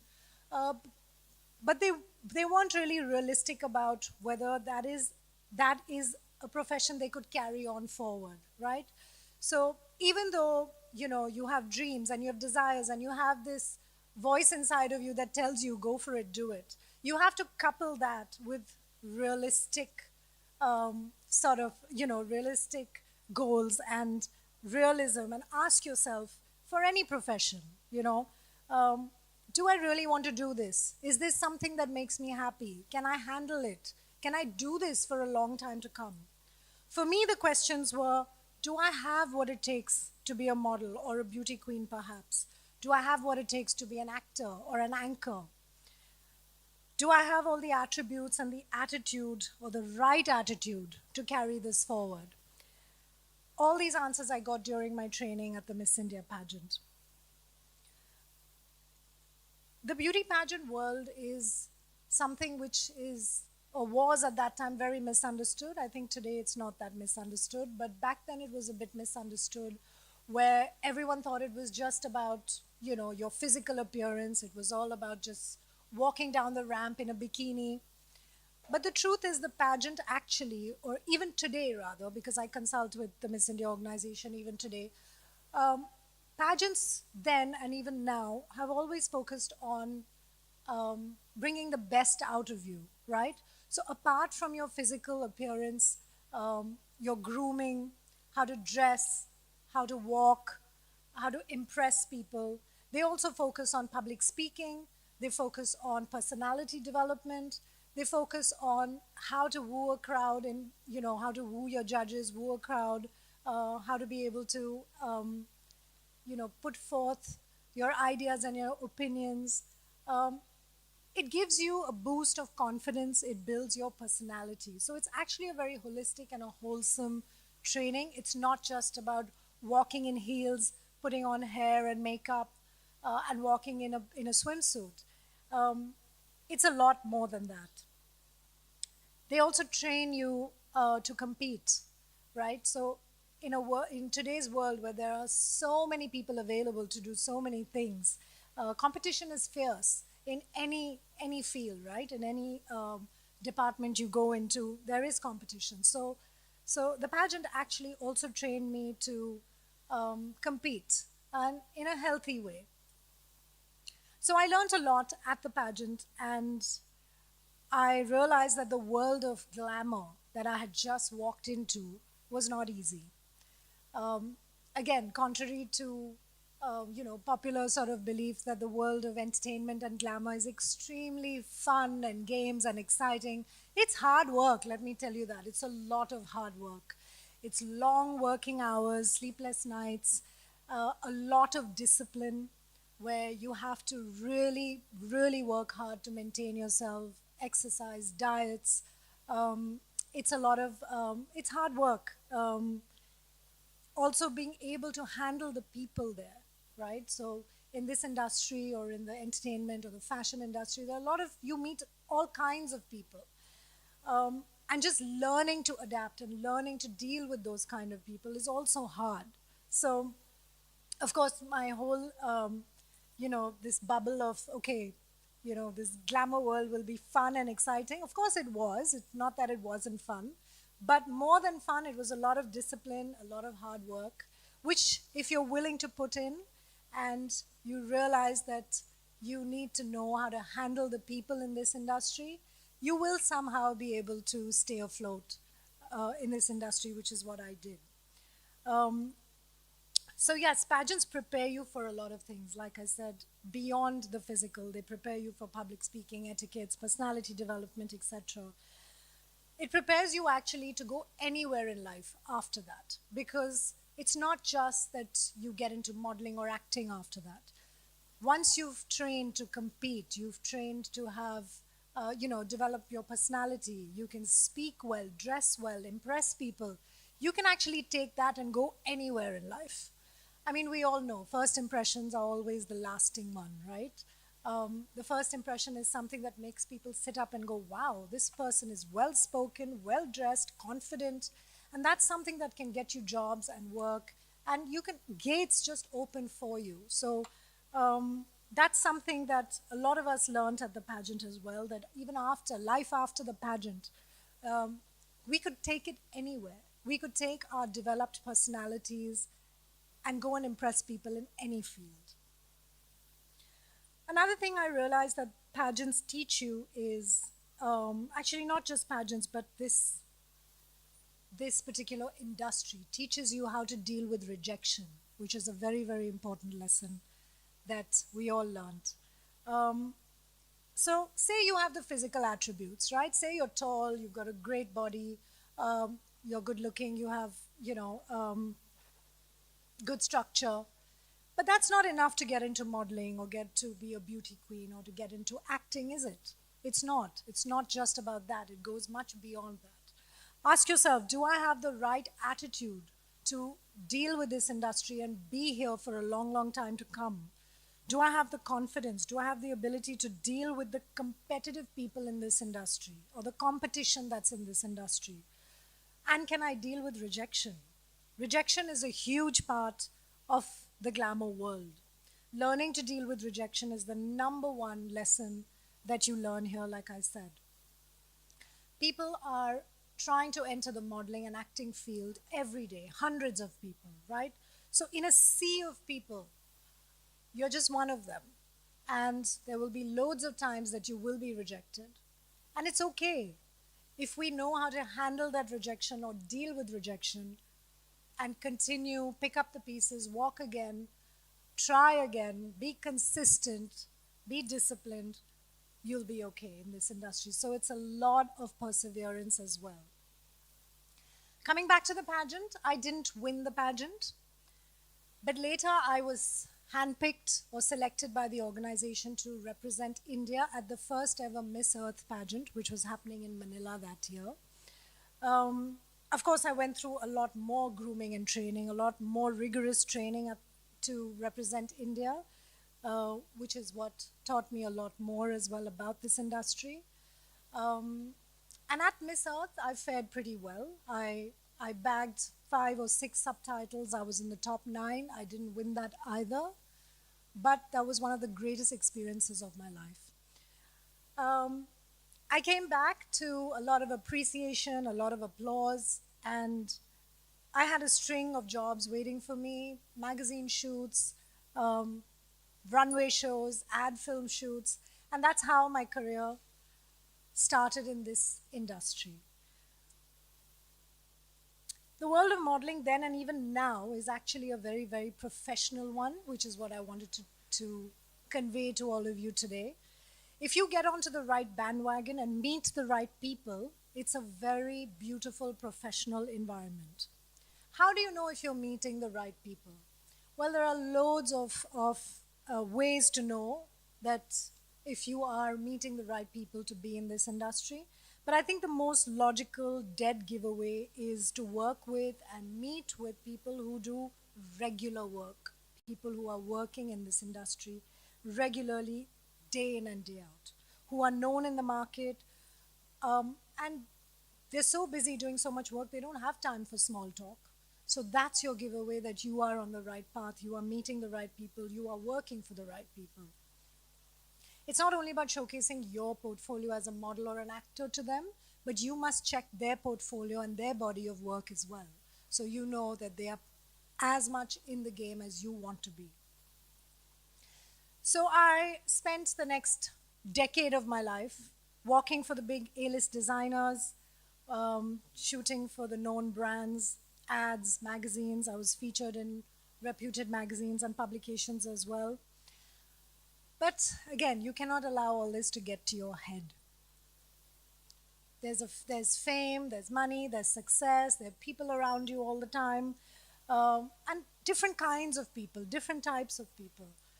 You'll find sweet and caring people, you'll find humble people, but then you'll also find people with big egos, people who are ruthless and extremely competitive, and you have to learn how to handle all these people while still keeping your head on your shoulders and still staying grounded. Handling people is a big, big part of this job. Speaking of competition or being competitive, like I said, there are so many people who enter this industry every day, and the competition to get a modeling job or an acting job is fierce, right? So you have to stay disciplined, you have to work hard, you have to stay consistent, keep meeting and working with the right people. And before you know it, your rejection rate gets lesser and lesser. You work harder and harder, and your rejection rate is lower. Another very important thing I learned, and very quickly, which I'd like to share with you all as well, is that you can't be afraid to ask for work. Don't be afraid to ask for work. And I think that can hold true for any industry, actually. 9 out of 10 times when I asked for a job, I got it. By this I mean whether it was a fashion show, it was a shoot, it was an ad film. Of course, we had to do tons of auditions, which I did. But I constantly stayed in touch with the right people. I networked with them. I didn't allow them to forget. We forget that people forget. There are so many people out there and so much competition. Why should they remember you, right? There are 2 reasons how they can remember you. First, of course, you have to be really good at what you do, right? And this holds true for any industry, any field. You have to be really good at what you do. Secondly, you have to have recall value. So you need to remind people that you exist. You need to remind them that you are here and you are raring to go and you want to work and you have to ask for work. most of my jobs in my entire career till today, I have asked for work. Of course, today the scene has changed a little and a lot, a little in some ways and a lot in some ways. The face of pageants have changed. Pageants have now become even more about, being a wholesome personality, doing good work with society, being able to back jobs in diplomatic positions. So it's not just about modeling. And the modeling world has also changed, where it's become a lot more structured. Back then, we would pitch and find our own jobs. Today, there are agencies representing models, which is much easier. But at the core of it all, the business is still the same, right? You still have to be good at what you do. A platform like a beauty pageant will still help you kickstart your career. And you still have to be a good model and ask for work, or even if you have to push your agency to get you work, the essence of it still stays the same. Kickstarting your career with a beauty pageant can lead you to so many different fields in life. It could be modeling, it could be acting, it could be, being an anchor on television, being a TV show host. I have seen girls and boys come out of pageants, because we have Mr. India as well and so many pageants for boys as well, come out absolutely prepared, in confidence, their personality is amazing, and they branch out into so many different fields. It doesn't mean just because you've entered a pageant you have to go into modeling or acting or in the glamour industry. Like I said, you can take all that learning and go anywhere, take it anywhere. I, of course, took the modeling route, and I also worked on TV as an anchor and a VJ for a few years. And then I started hosting live events. So I was an MC on stage for live events, and that's where my journey into events started. A model's career has a short lifespan. It has a shelf life, right? And that is something that I was aware of. I knew I was being realistic. I walked the ramp and hosted live events for brands and corporates, and I started to learn and understand how the big events work. And that's where I decided to start my own event company. Even while I was still modeling, I started my own event company. I learned on the job, and I started doing small events. I literally started with just doing the guest list for events at first, and then I got into production, and then slowly I got into producing and directing big fashion shows as well. So my transition had started. I was directing fashion shows, and then the Miss India organization got in touch with me, asking me to come on board and direct one of their shows. It was a sub-contest show, I remember, and they said, would you like, as a former beauty queen, would you like to come and direct a show for us? Which is when I got back in touch with the Miss India organization after many, many years. And of course, they had been following my career graph. And that's when they also offered me a consultant's role at the Miss India organization, where they wanted me to now groom and train the contestants of today. And I thought life has come full circle, but there was still more. Of course, I know I had the courage to transition at the right time. A lot of people that I have met in this industry, and others as well, sometimes lack the confidence and the courage to move on, or move ahead, or transition, or evolve. But this is one thing that I can definitely say out of personal experience, that moving out or transitioning at the right time is extremely important, and take that leap of faith. Don't be afraid. I was okay to get off the ramp and go behind and produce an event. I was okay to get off front of camera, go behind the camera, and actually groom and train the Miss India contestants of today and teach them how to pose and how to be in front of the camera. And I was back where I started, but in a different capacity, in a different role. And I was growing, I was evolving. And that's something I tell the girls today as well, the contestants of the pageants today, that don't be afraid to move on, don't be afraid to evolve. Today I also run my own social media agency. Post-COVID, when events had become far and few, in COVID, events had taken a big hit. Even the Miss India pageants weren't happening, for a couple of years. It was all online. Post-COVID, we all know everything went online.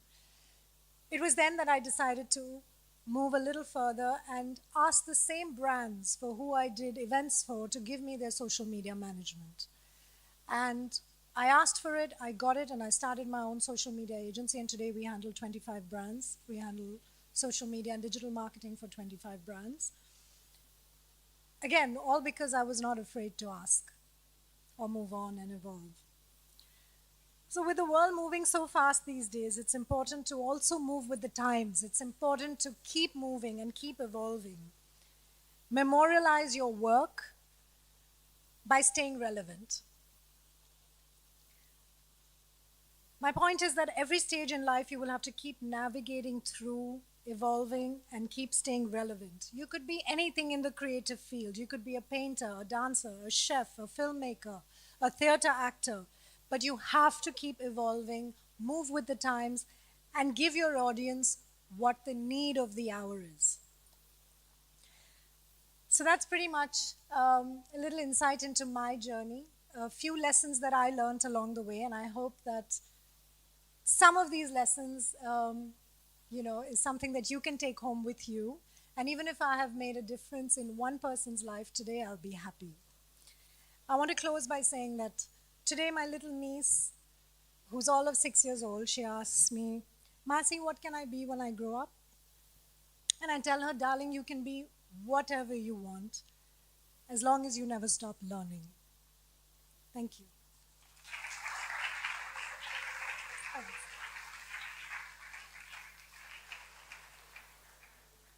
Thank you so much for such an inspiring talk.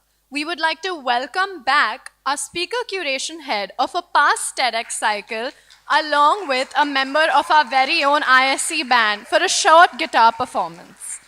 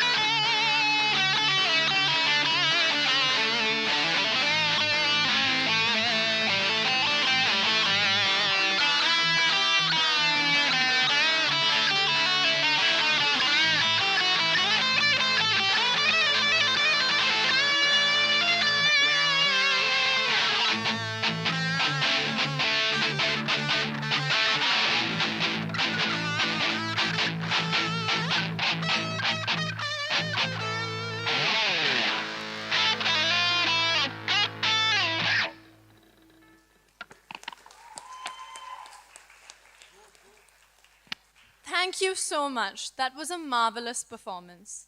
Moving on to our sixth and final speaker of the day, Mr. Ashish Kazanji, who is currently a managing partner at Enormous. He brings experience from previous roles as publicist Ambience, Rediffusion DY&R, and Ogilvy and Mather. Sir holds a 1991 to 1993 PGDM in marketing from the Indian Institute of Management, Bangalore, with development, strategy, presentation, change management, leadership, and more. We look forward to him sharing his valuable knowledge at our event.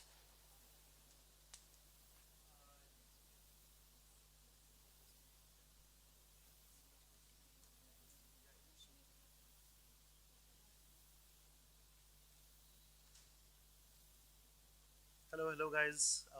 Audible, is the mic working? Hello everyone. Hi, my name is Ashish Kazanji. Since I'm from advertising and marketing, I've never been on some more sense. Hi, my name is Ashish Kazanji. I run an independent advertising agency called Nouns. You would certainly have seen some of our ads on the I'll share some of them before I begin my talk. Leave it out of the video that you're showing to give you the context of some of my experiences, some of my journeys, and how we got to where we did. Hello. So much better. So I'll take you through some of them. And after that, my take on what really it needs. And my example is going to be from advertising, but it's something which you can take across into multiple level of fields about what it really takes to not just be successful, because that's a very shallow term. What really takes to be fulfilled in what we are trying to do, right? So you're given a gift. Are you really advantaged, or there is something else that it needs to get to do? The things that really get you fulfilled. So without further ado, I'll first find out which one takes it to the next slide. I think it should be this. How do we move this up and down? Yep. Is the audio there? A couple of our ads, some of them you may already have seen. Sorry,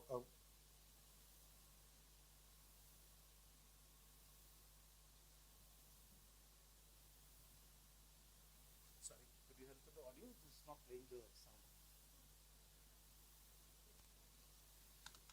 Have you seen this campaign? Conference room में क्या चल रहा है, Jaguar लग रहा है, so on and so forth.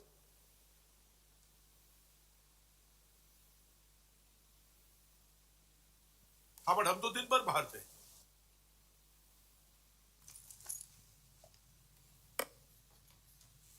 क्या चल रहा है? लिविंग रूम में जैकवार लग रहा है। लिविंग रूम में? That was too funny ना। वैसे खन्ना, तेरा वो लंदन ट्रिप कैसा था यार? What a fantastic holiday यार, मजा आ गया। Did you go to Madame Tussauds? Oh, it was fabulous, I tell you. How was the weather? Raining? हाँ, बट हम तो दिन भर बाहर थे। And those Indian restaurants in London? भाई साहब, जैकवार लाइट्स लग रही है। The largest bath brand in the country now also brings you the magic of light. Jaguar Bath and Lights. Have you seen this? It just came out, went quite viral. Well, okay. Boy, you're a banger. Malabari ganger. Imajari kitty boy, come with chili manam. Putti katti chitte anju pattu mangam. Then I got a big boy, kannum putti paadum. This the brown color chip. Ma pilla drip. Right from the top, boy, that legit. Where's the chain on your neck, boy? Kafir I did. Just in case when you hit, boy, got legit. This the brown color chip. Ma pilla drip. Right from the top, boy, that legit. Just in case when you hit, boy, got legit. Hey.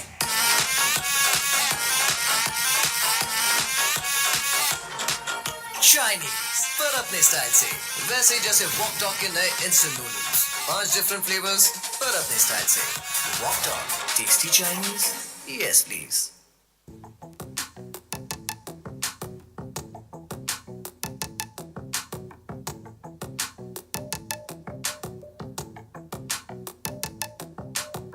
ꯃꯤꯌꯥꯝꯁꯦ ꯈꯥꯡꯕ ꯉꯝꯗꯦ ꯌꯦꯡꯂꯨꯕ ꯃꯥꯏꯀꯩ ꯈꯨꯗꯤꯡ ꯍꯦꯛꯇ ꯆꯤꯡꯅ ꯂꯩꯔꯝꯃꯤ ꯍꯥꯏꯅꯔꯨꯕꯁꯨ ꯂꯩꯇꯦ ꯃꯐꯝ ꯈꯨꯗꯤꯡ ꯌꯧꯔꯝꯃꯤ ꯍꯦꯛꯇ ꯑꯃ ꯄꯥꯏꯔꯝꯃꯤ ꯑꯃꯨꯛ ꯆꯤꯡꯏ ꯑꯃꯨꯛ ꯊꯥꯡꯗꯩ ꯂꯝꯕꯤ ꯈꯨꯗꯤꯡ ꯃꯐꯝ ꯈꯨꯗꯤꯡ ꯀꯥꯆꯤꯟ ꯀꯣꯏꯌꯥ ꯁꯤꯟꯕ ꯊꯨꯡꯂꯩ ꯃꯤꯌꯥꯝꯁꯦ ꯈꯥꯡꯕ ꯉꯝꯗꯦ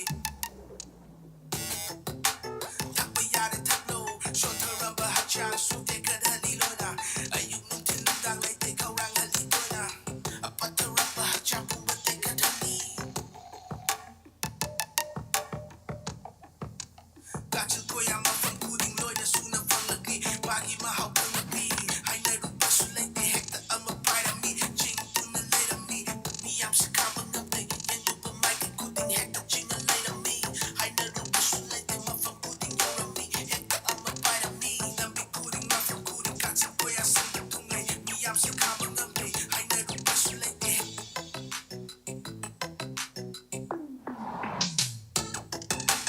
मसालेदार मजेदार हर कोई पी रहा लाहौरी जीरा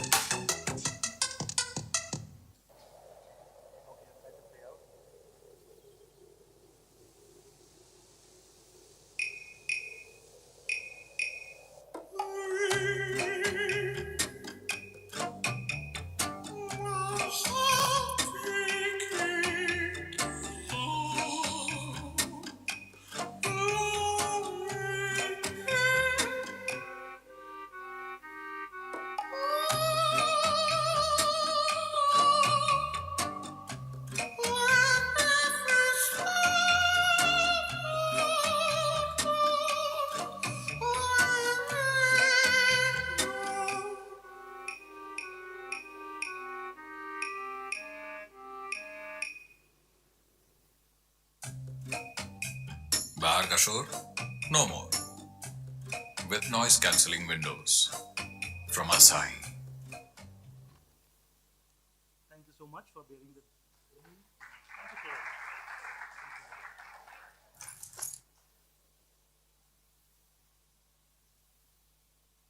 I have to learn to be slightly more patient. All right, the trouble with talent, right? So, since I run an advertising agency, and like I said, the examples that I'll give a lot of times will be from field of either music or art or paintings or advertising. But as we go along, you'll see that the implications of all of this are relevant even if you're into biochemistry, even if you're into mathematics, even if you're into applied physics or data science, right? Because the basics of it don't change. And since I work with people who are, normally considered like, people who would come in who have a lot of singing talent or music talent or writing talent or business talent and all of that. And I've had over the number of years that I've been around, easily about 400 to 500 odd people. I've worked across various organizations.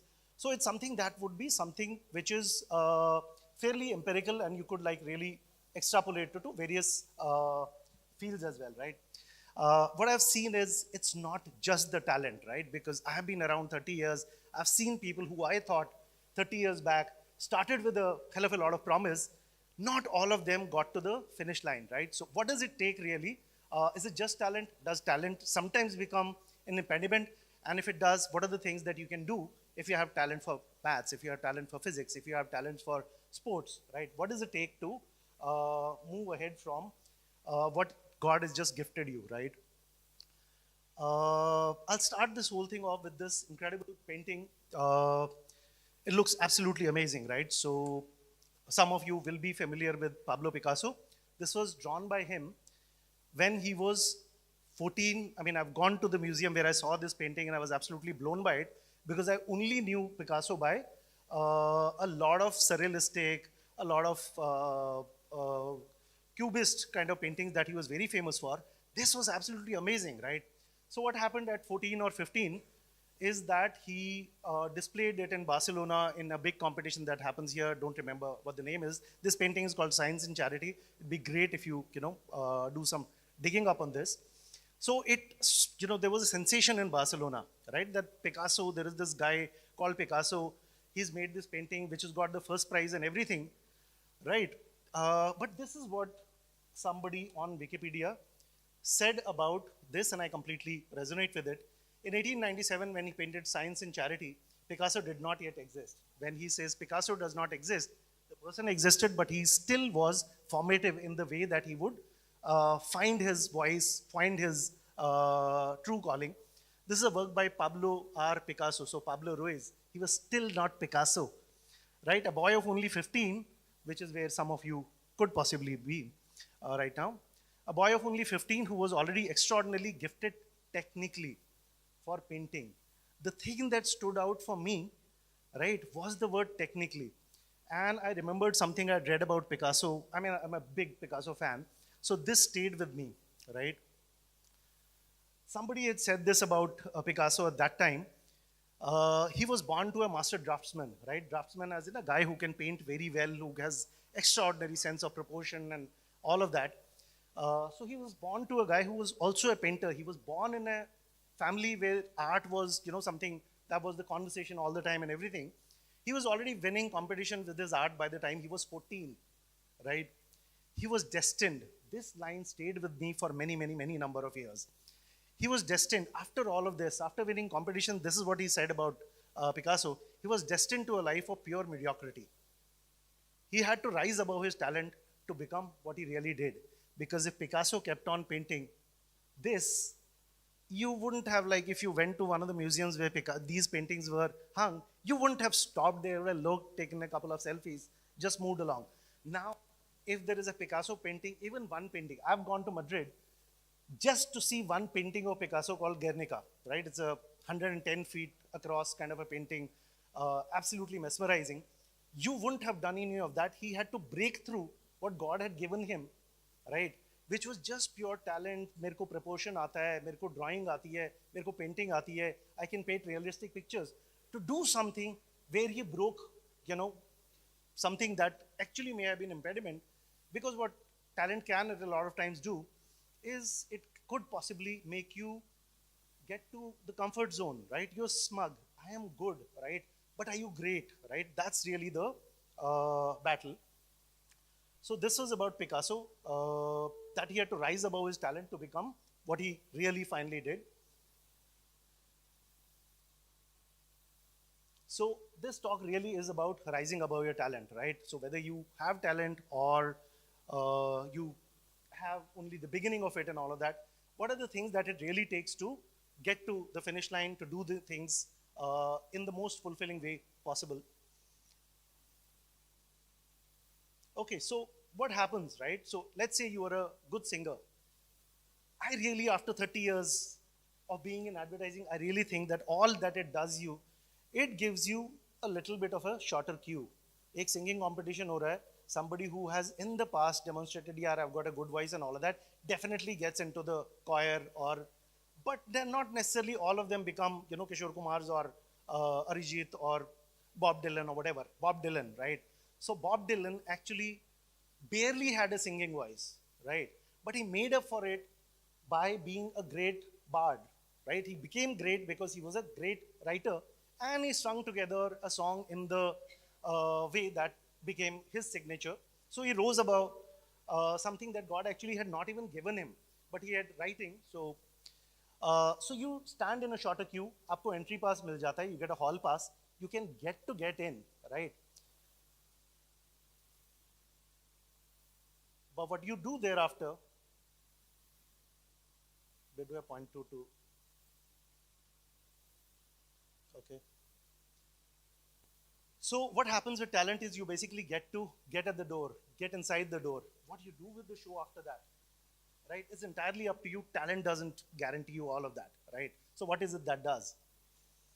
Okay, I'll tell you about these. There are lots and lots and lots of such people. Some of them may have context to you. So this batchmate of mine called Ravi Subramaniam, right? Some of you or your parents or your teachers, some of you may be familiar with him. He was a finance bro in college, right? The guy who would be like seriously academic and all of that.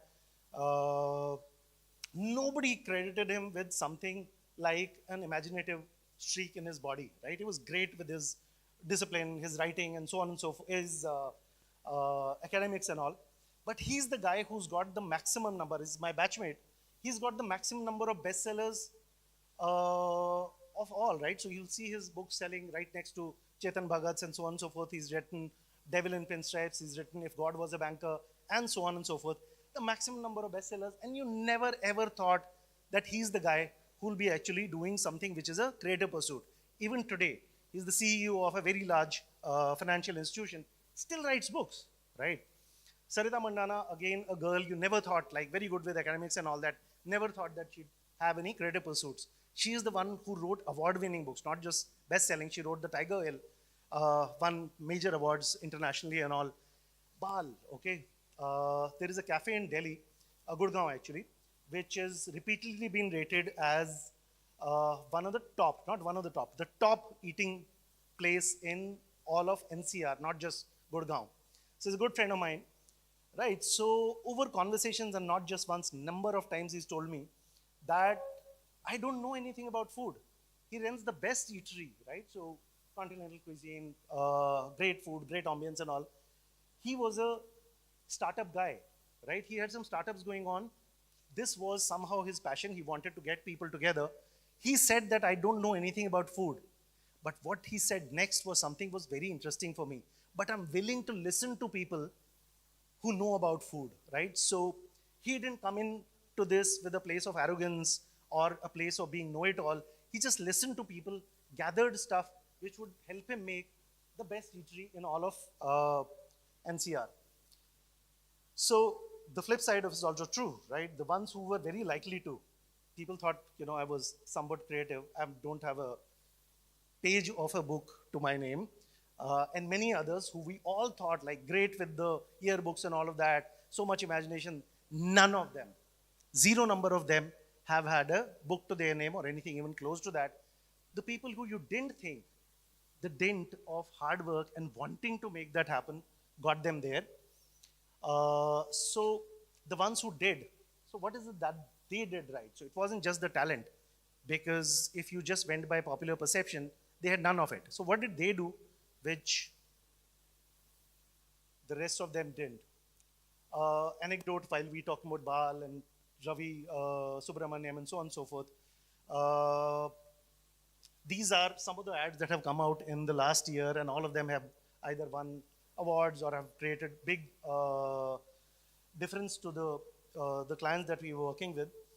Now, I'm a writer, okay? So very interesting anecdote.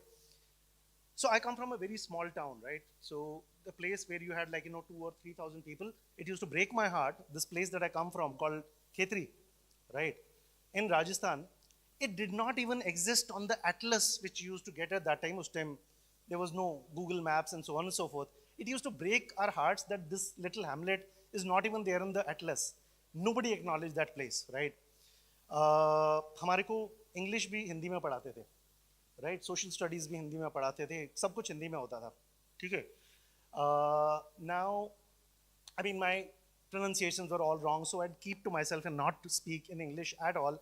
So I remember when, I talked about some newspaper to a friend, कि अच्छा मेरे घर में Pioneer आता है. I said, it's not Pioneer, it's Pioneer. And many, Nike, right? It's not Nike, it's Nike, and so on and so forth. That's where I came from. I remember I had gone to Bangalore to Indian Institute of Management. पढ़ाई बहुत कर ली थी, जिस तरह पहुंच गए, तो वहाँ पे मैं एक लाइन पे खड़ा हुआ था, ठीक है? So I turned around, I wanted to talk to some people, and I said, यार ये कितनी देर में खुलेगा, or whatever, in Hindi. And that guy replied in English. I turned around, the other guy also replied in English. I realized, bro, you are in Bangalore, nobody speaks Hindi here. And I was like, Ashish, you're going to have a really tough 2 years, because while I could read, understand, my background have never allowed me to get to a place where I would talk to people in conversational English. Is just not my scene, right? So that was a critical moment that I realized that I'll have to, right? I have to, if I have to be a part of this, if I have to be a part of the world that comes after this institute, this is a little speed breaker that I have to cross to get to the other side. And as luck would have it, I wasn't just, conversing. I was writing. That's my main job. That's my day job. I write in English, Hindi, whatever. That's become my day job, right? It took more than, what I had started off with, the cue that changed my life, right? continuing with what did they do right? I really think, okay, like I said, there are lots of people who I have interviewed and hired over the years and seen them, right? Whether they did or did not make it, did they get some awards? And the same thing, whether I talk about advertising or creativity, the same thing would be true of rocket science also, right? I really think the difference that comes about is many things, but one thing more than absolutely anything at all, which is the hunger, the passion to do so, right?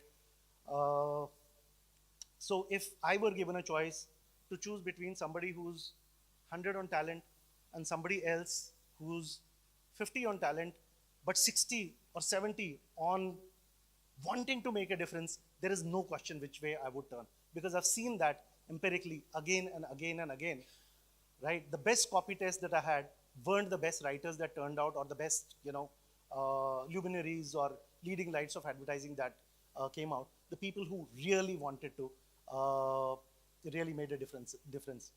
So why does that happen, right? I really think it happens because the person who's hungry, he's like a knowledge sponge. He's like a skill sponge, right? So you talk in front of them, there is somebody who's more capable or has something to add to his repertoire of arsenal. They'll be like sponges because they'll be soaking things in from them and making themselves better every single day. And they have the humility, right? They don't come from like, I'm talented, okay, so make way for me. No, they know that they are 60 on talent, so they have to make up by doing a lot more. And they work a lot on the craft of it. Similarly, like whatever field you may be in, you'll work to improve the design of the rocket, the design of the biochemical thing that only you people know what you do. And minor, not super important at this stage, but people who are not coming in from a place of, I know how a painting is done, I know how a certain job is done, will also break the rules most. They know what is good, and then they'll also try and figure out how they can make a mark by doing something which is absolutely iconoclastic or even self-indulgent some of the times. This, again, like hunger, right, I think is one of the super critical things. If you meet somebody with, let's say, polio, right, it's been, thankfully put far behind in the country now. But I've been around in college and neighborhoods and all of that, people who had polio. Very strange thing, okay? So they walk like this, they have a very thin leg and all of that. I challenge you to arm wrestle with any of them, right? Any of the people who have polio, they'll beat you, right? Even if you're a gym bro and all of that, 9 times out of 10, they'll beat you because what they didn't have, they made up by strengthening their arms. They always somehow have stronger arms, right? This is true even of professional capabilities or academic capabilities and all of that, like advertising, right? So what does advertising take?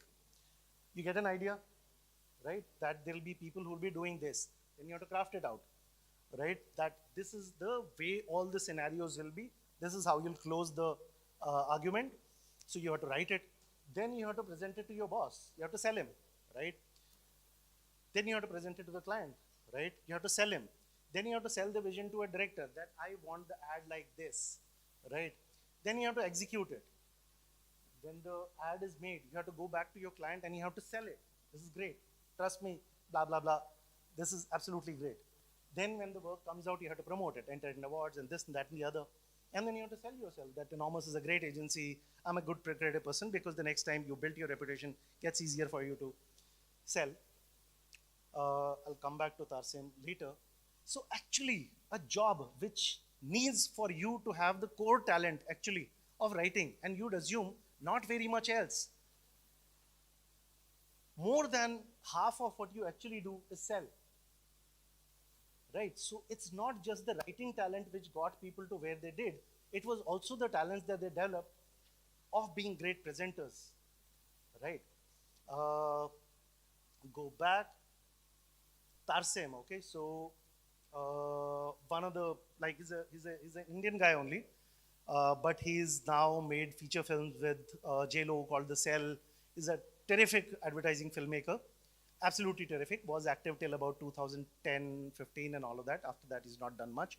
He made the movie The Cell with Jennifer Lopez. I think there was also another visually spectacular film that he made. He's also made music videos for REM, Losing My Religion, many, many, many others, right? So I attended a talk by him many years back. So I was absolutely astounded by one of the observations that he made. So somebody asked him, right, that you've studied English in St. Stephen's, then you went abroad, then you studied film. Your girlfriend was an artist and art and all of that, and so on and so forth. All of these things, right? What is it that you think is your biggest influence? What is it that made Tarsem a Tarsem? So his answer were very interesting, right? So he was like an immigrant, almost illegally out there. There is another story to that.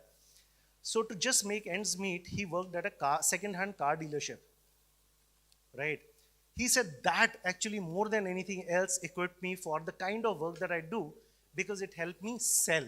I knew that despite distrusts, that's how second-hand car salesmen in the US would be. So it was not just the core part of what he was about, the creativity of it or the filmmaking of it, that got him to the other side. It was something much more, which he developed, right? Similarly, so writing, we saw, is very little about the core talent. It's also about a lot of other things that you do around it, including executing and getting along with a group and all of that. If you're doing a painting, right? This is what you do. You do have a vision, you make a painting, you sell it to a curator who takes you across to a gallery where you sell it to a gallery. Then you take the individual parts, individual art, and you sell it to people, sell an image of yourself and so on and so forth. Are we doing all right on time? Let me know if we're not. So even for an artist, the vision and the execution is actually only very, very little part of it. Picasso was also Picasso because he was one of the greatest salesmen the world of art has ever seen. Dali, he held elaborate pantomimes almost where the whole act of this mustache and so on and so forth, it was an act to make people, yeah. So all of these guys needed much more than their core skill. However, in even sales and marketing, right? These are all the things that you do.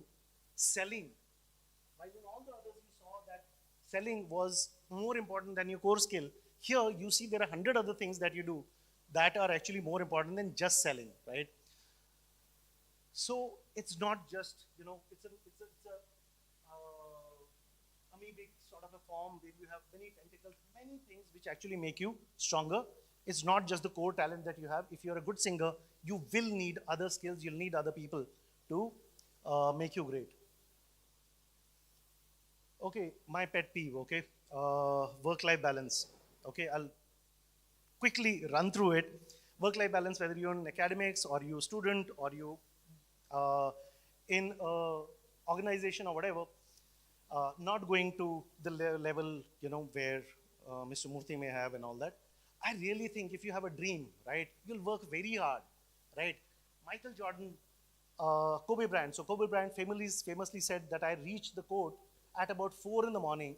When people come in at 9, when they're doing their warm-up, I've already got 5 hours of practice. It's not just the fact that he was 6 feet 11 or 7 feet 2 or whatever he was that made him a Kobe Bryant. It's also that over the number of years, those 5 years, 5 hours, they added up and they made him a. So we romanticize sport a lot, right? We romanticize artists a lot. वो रात को बैठ करके ऐसा करता है. The sportsmen do this, the singers do this, Dylan did that, and so on and so forth. I always say that advertising is my basketball, right?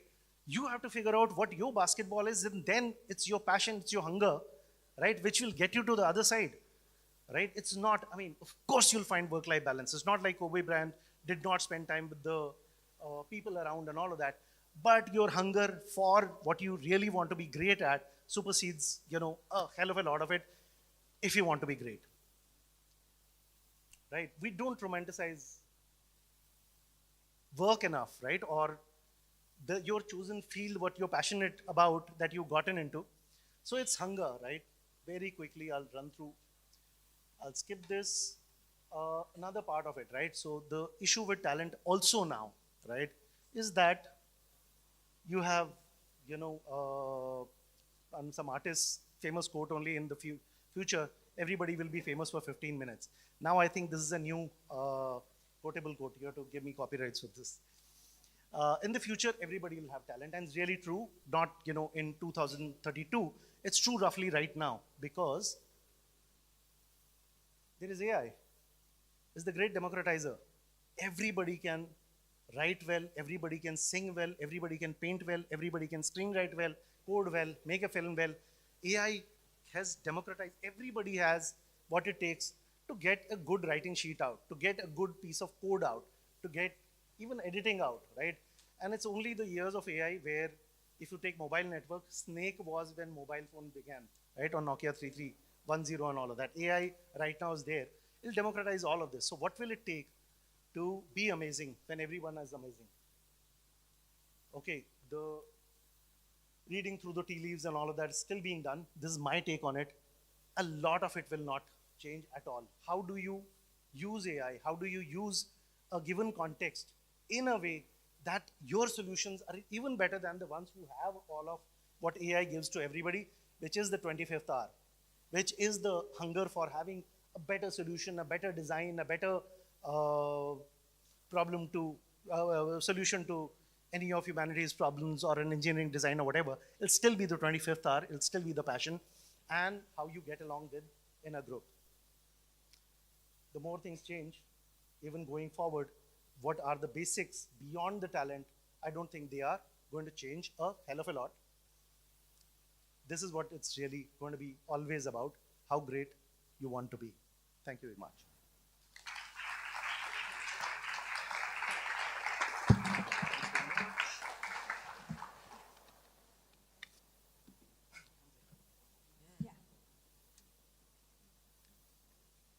Thank you so much, sir, for that insightful talk.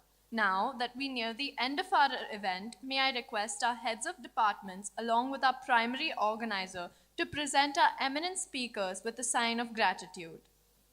Speakers, may we please have you on stage?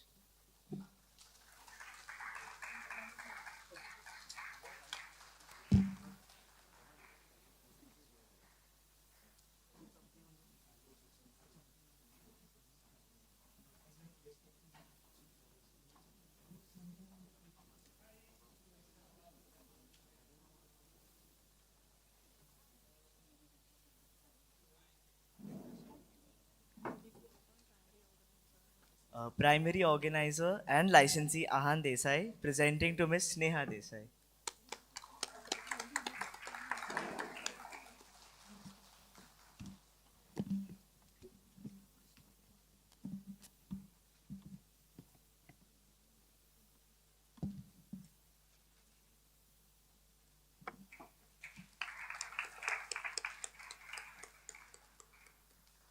Head of Department for Speaker Curation, Jannat Kapoor, presenting to Mr. Hemant Soreng.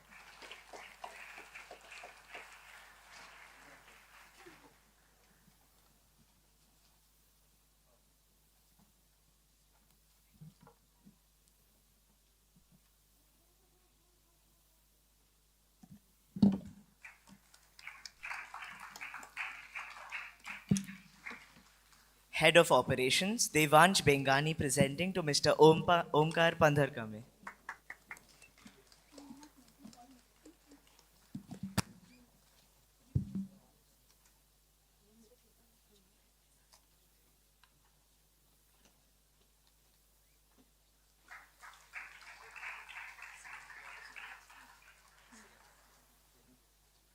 Head of Tech and Design, Maitri Modi, presenting to Ms. Heetal Patel.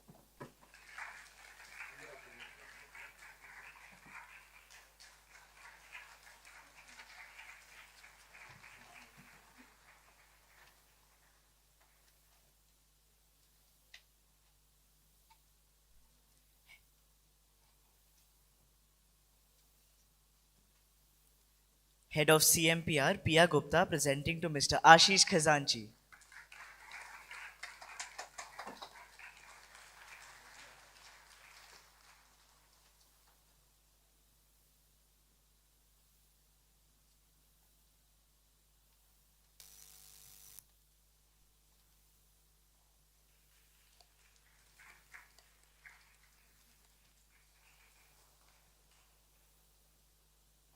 Head of Finance, Dhruv Parekh, presenting to Ms. Shamita Singha.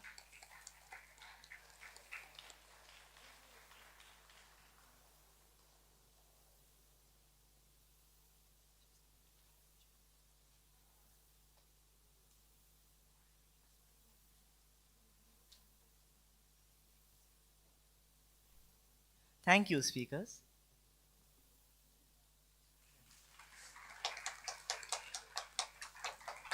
We would now like to call upon primary organizer and licensee Ahan Desai to share his concluding remarks.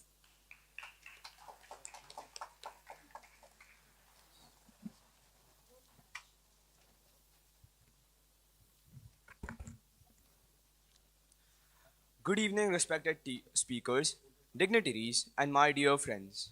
I would like to thank each one of us for making this event possible and in such an immense fashion. It all started with a phone call from our last year's licensee on a Sunday afternoon that I am the licensee and the primary organizer for TEDxYouth JNS 2024. It was a mixed reaction, 60% happiness and excitement, while the rest filled with anxiety. This was the first event I have ever organized as the primary organizer in my life, and I couldn't have asked for a better opportunity to do so. When I got to decide my team of 5 heads of the organizing teams, I was on cloud 9. I got to select my dream team to co-organize this event, and the team couldn't have been better. With Jannat Kapoor, the head of speaker curation, Devansh Bengani, my best friend, as the head of operations, Dhruv Parekh, the head of finance, Pia Gupta, the head of communications, marketing and public relations, Maitri Modi, the head of technology and design. The 5 Pandavas were ready for me, and my anxiety reduced from 40% to a mere 5% just by having them by my side. I'm immensely grateful to each one of you for assisting me in organizing this amazing event. Coming to my organizing committee members, I made a promise to you all that October, the month of our preparation, will be the best month of your lives. I hope I have fulfilled your promises. The sheer hard work, the fun-filled memories, and the unwavering dedication that the organizing committee has demonstrated for TEDxYouth JNS is commendable and something to be really proud of. A huge shout out to all the organizing committee members and the heads of the organizing teams. I would now like to thank our school management, who has been very supportive at every step of this beautiful journey. We express our heartfelt gratitude for the managing trustee, Sri Jairaj Thakkar, and members of the trust family for the unstinting support given to every student and staff member alike. We'd like to thank Principal Srimati Kalpana Patange for teaching us that true learning begins outside the classroom and emphasizing the importance of extracurricular activities in a student's life. We thank the Vice Principal, Ms. Sonali Gandhi, the Vice Principal of Primary Section, Ms. Rekha Nair, Vice Principal of Middle and Secondary Section, Ms. Sheetal Jain, Headmistress of Middle and Secondary School, Ms. Pamela Jacob, Headmistress of Pre-Primary and Primary School, Ms. Chanel Carvalho, and RC Coordinator, Anjana Khare, for their support in this endeavor. We are grateful towards the various support staff which have contributed in this event, including Afzal Sir, Sanjay Sir, Bharat Bhaiya, Kiran Bhaiya, and Santosh Sir. We would especially like to thank our 4 teachers in charge, Ms. Brinda Bose Sen Gupta and Ms. Beenu Joshi, for being our pillars for support throughout this preparation. We are immensely grateful for your unwavering guidance and for walking step by step with us to make this event a reality. Finally, we express our immense gratitude to our eminent speakers, Ms. Sneha Desai, Mr. Omkar Pandakarme, Mr. Hemant Soreng, Ms. Heetal Patel, and Ms. Shamita Singha. Thank you for trusting us and our platform with your stories, which are now immortalized in our hearts and minds and will certainly inspire countless people around the world. We are delighted to have had this wonderful opportunity to host such inspiring speakers with a renewed perspective and a vast experience which has enlightened us. I would like to call upon the heads of the I would like to call upon the secondary licensee, Ms. Brinda Bose, to share a few words with our audience. Thank you very much.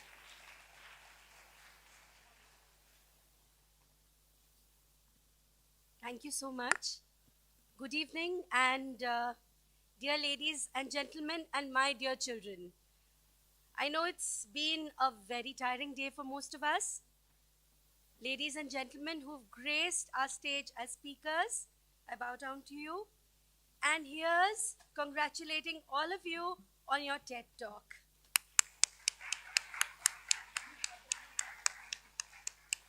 Afzal sir, 3 cheers for you. Hip hip hooray!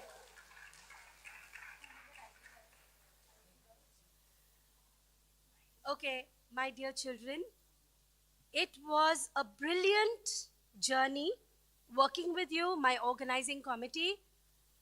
You have proved that group work and team effort, step by step, builds an empire. Your in-depth learning skills, your friendship with one another, trying to cover up when one of your friends were being scolded by me. Yes, they know who it was. And most of the time, it was the primary licensee, Ahan, who was being pulled up for everything. But that's what life is. Uneasy lies the head that wears the crown. I'm sure that everybody is going to agree on that note with me. I'll keep it short and crisp. This has been a great learning journey for me the past 7 years also. It all began with a little boy coming up to me and telling me, are you interested in conducting a particular session with me if I teach something to you? Now, I was very intrigued by that phrase, that if I teach something to you. And later it created history. I can see a few faces. I can tell you about Rishan Dhruva, who's grown up with us. I can tell you about Arushi Patel, who have been A-listed speakers of the TEDxYouth JNS. And we take pride in organizing TEDxYouth JNS. Thank you so much. Please remember that life is all about learning and unlearning. It's a process. And it will make you a better individual day in, day out. Thank you so much.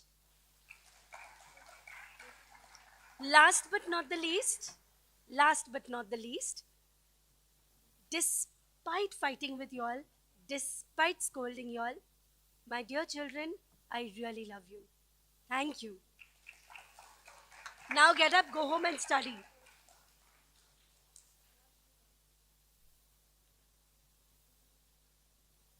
I'm sorry, I just wanted to add, Nagrecha sir, thank you again for your time. Some people that we would want to mention, of course, the managing trustees of the school, without whose relentless support, this beautiful event couldn't have been organized. Our principal ma'am, who had been present earlier this afternoon, Srimati Kalpana Patange, the core team comprising Miss Roslyn Athaid, the senior advisor, then Miss Sonali Gandhi, the vice principal, Miss Rekha Nair, vice principal primary school, Miss Sheetal Jain, vice principal middle and senior secondary school, Miss Pamela Jacob, headmistress, middle and senior school, and Miss Chanel Carvalho, the headmistress of the primary school, Miss Anjana Khare, ISC coordinator, and obviously somebody who has been a pillar of strength, my colleague who had looked after the IT expertise of the team, Miss Meenu Joshi. I miss her. She has been here, but then owing to some personal commitments, she had to leave. Also, Mr. Santosh Pawar. And last but not the least, the manager of the Jamnabai Narsi family, the school, Mr. Sanjay Lad, without whose support this beautiful event couldn't have taken a shape. Thank you so much, dear ladies and gentlemen, for gracing the occasion. And dear children, thank you.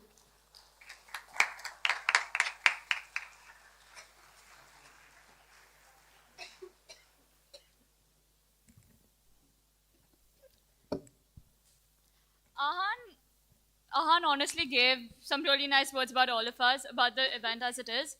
I think this calls for some credit to him too. So, firstly, thank you, Ahan, for making this event what it was today. I can't hear the clap at all, so like.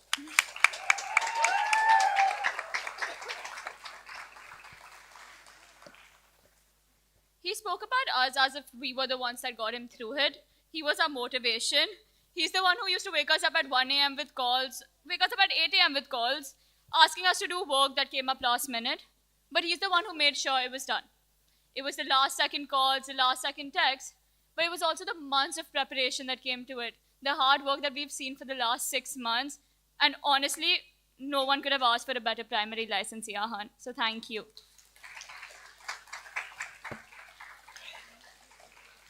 Firstly, I want to clarify that I'm not a product of nepotism. That too, and he's a brilliant person to have with you. He's a wonderful person with lovely insights on everything, and that is Ahan as a person. I haven't seen a person who's more down to earth. He is someone who's ready to take advice from even the members. He has no ego in that context. He's ready to take our feedbacks on everything. And there is that some enforcement, some authority which comes with it. The right amount, he has that right amount. He has the right amount of leadership skills. And his personality is what I think has literally made this the best edition of TEDx. Like, we have witnessed this. And I think without Ahan, we wouldn't be here. So credits to him and credits to the entire team. So Just one request, if the speakers could please come on stage. Ahan, the entire organizing committee, the speakers, and the bhaias, please, if you could come on stage for one group picture. Thank you.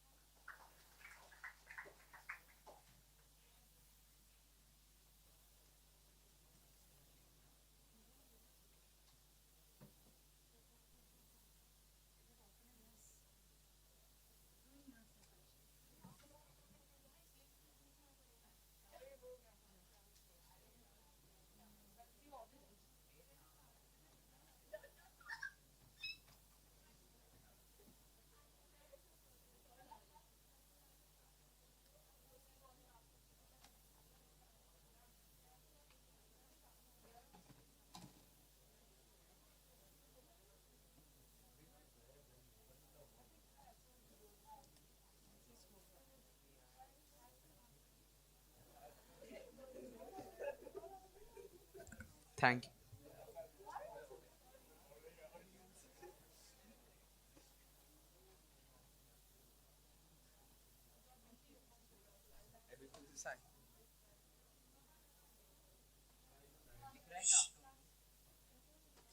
And cannot just wait to see. All the audience members, we sincerely hope you had a very insightful session today. And we cannot wait to see all of you next year as well. Thank you.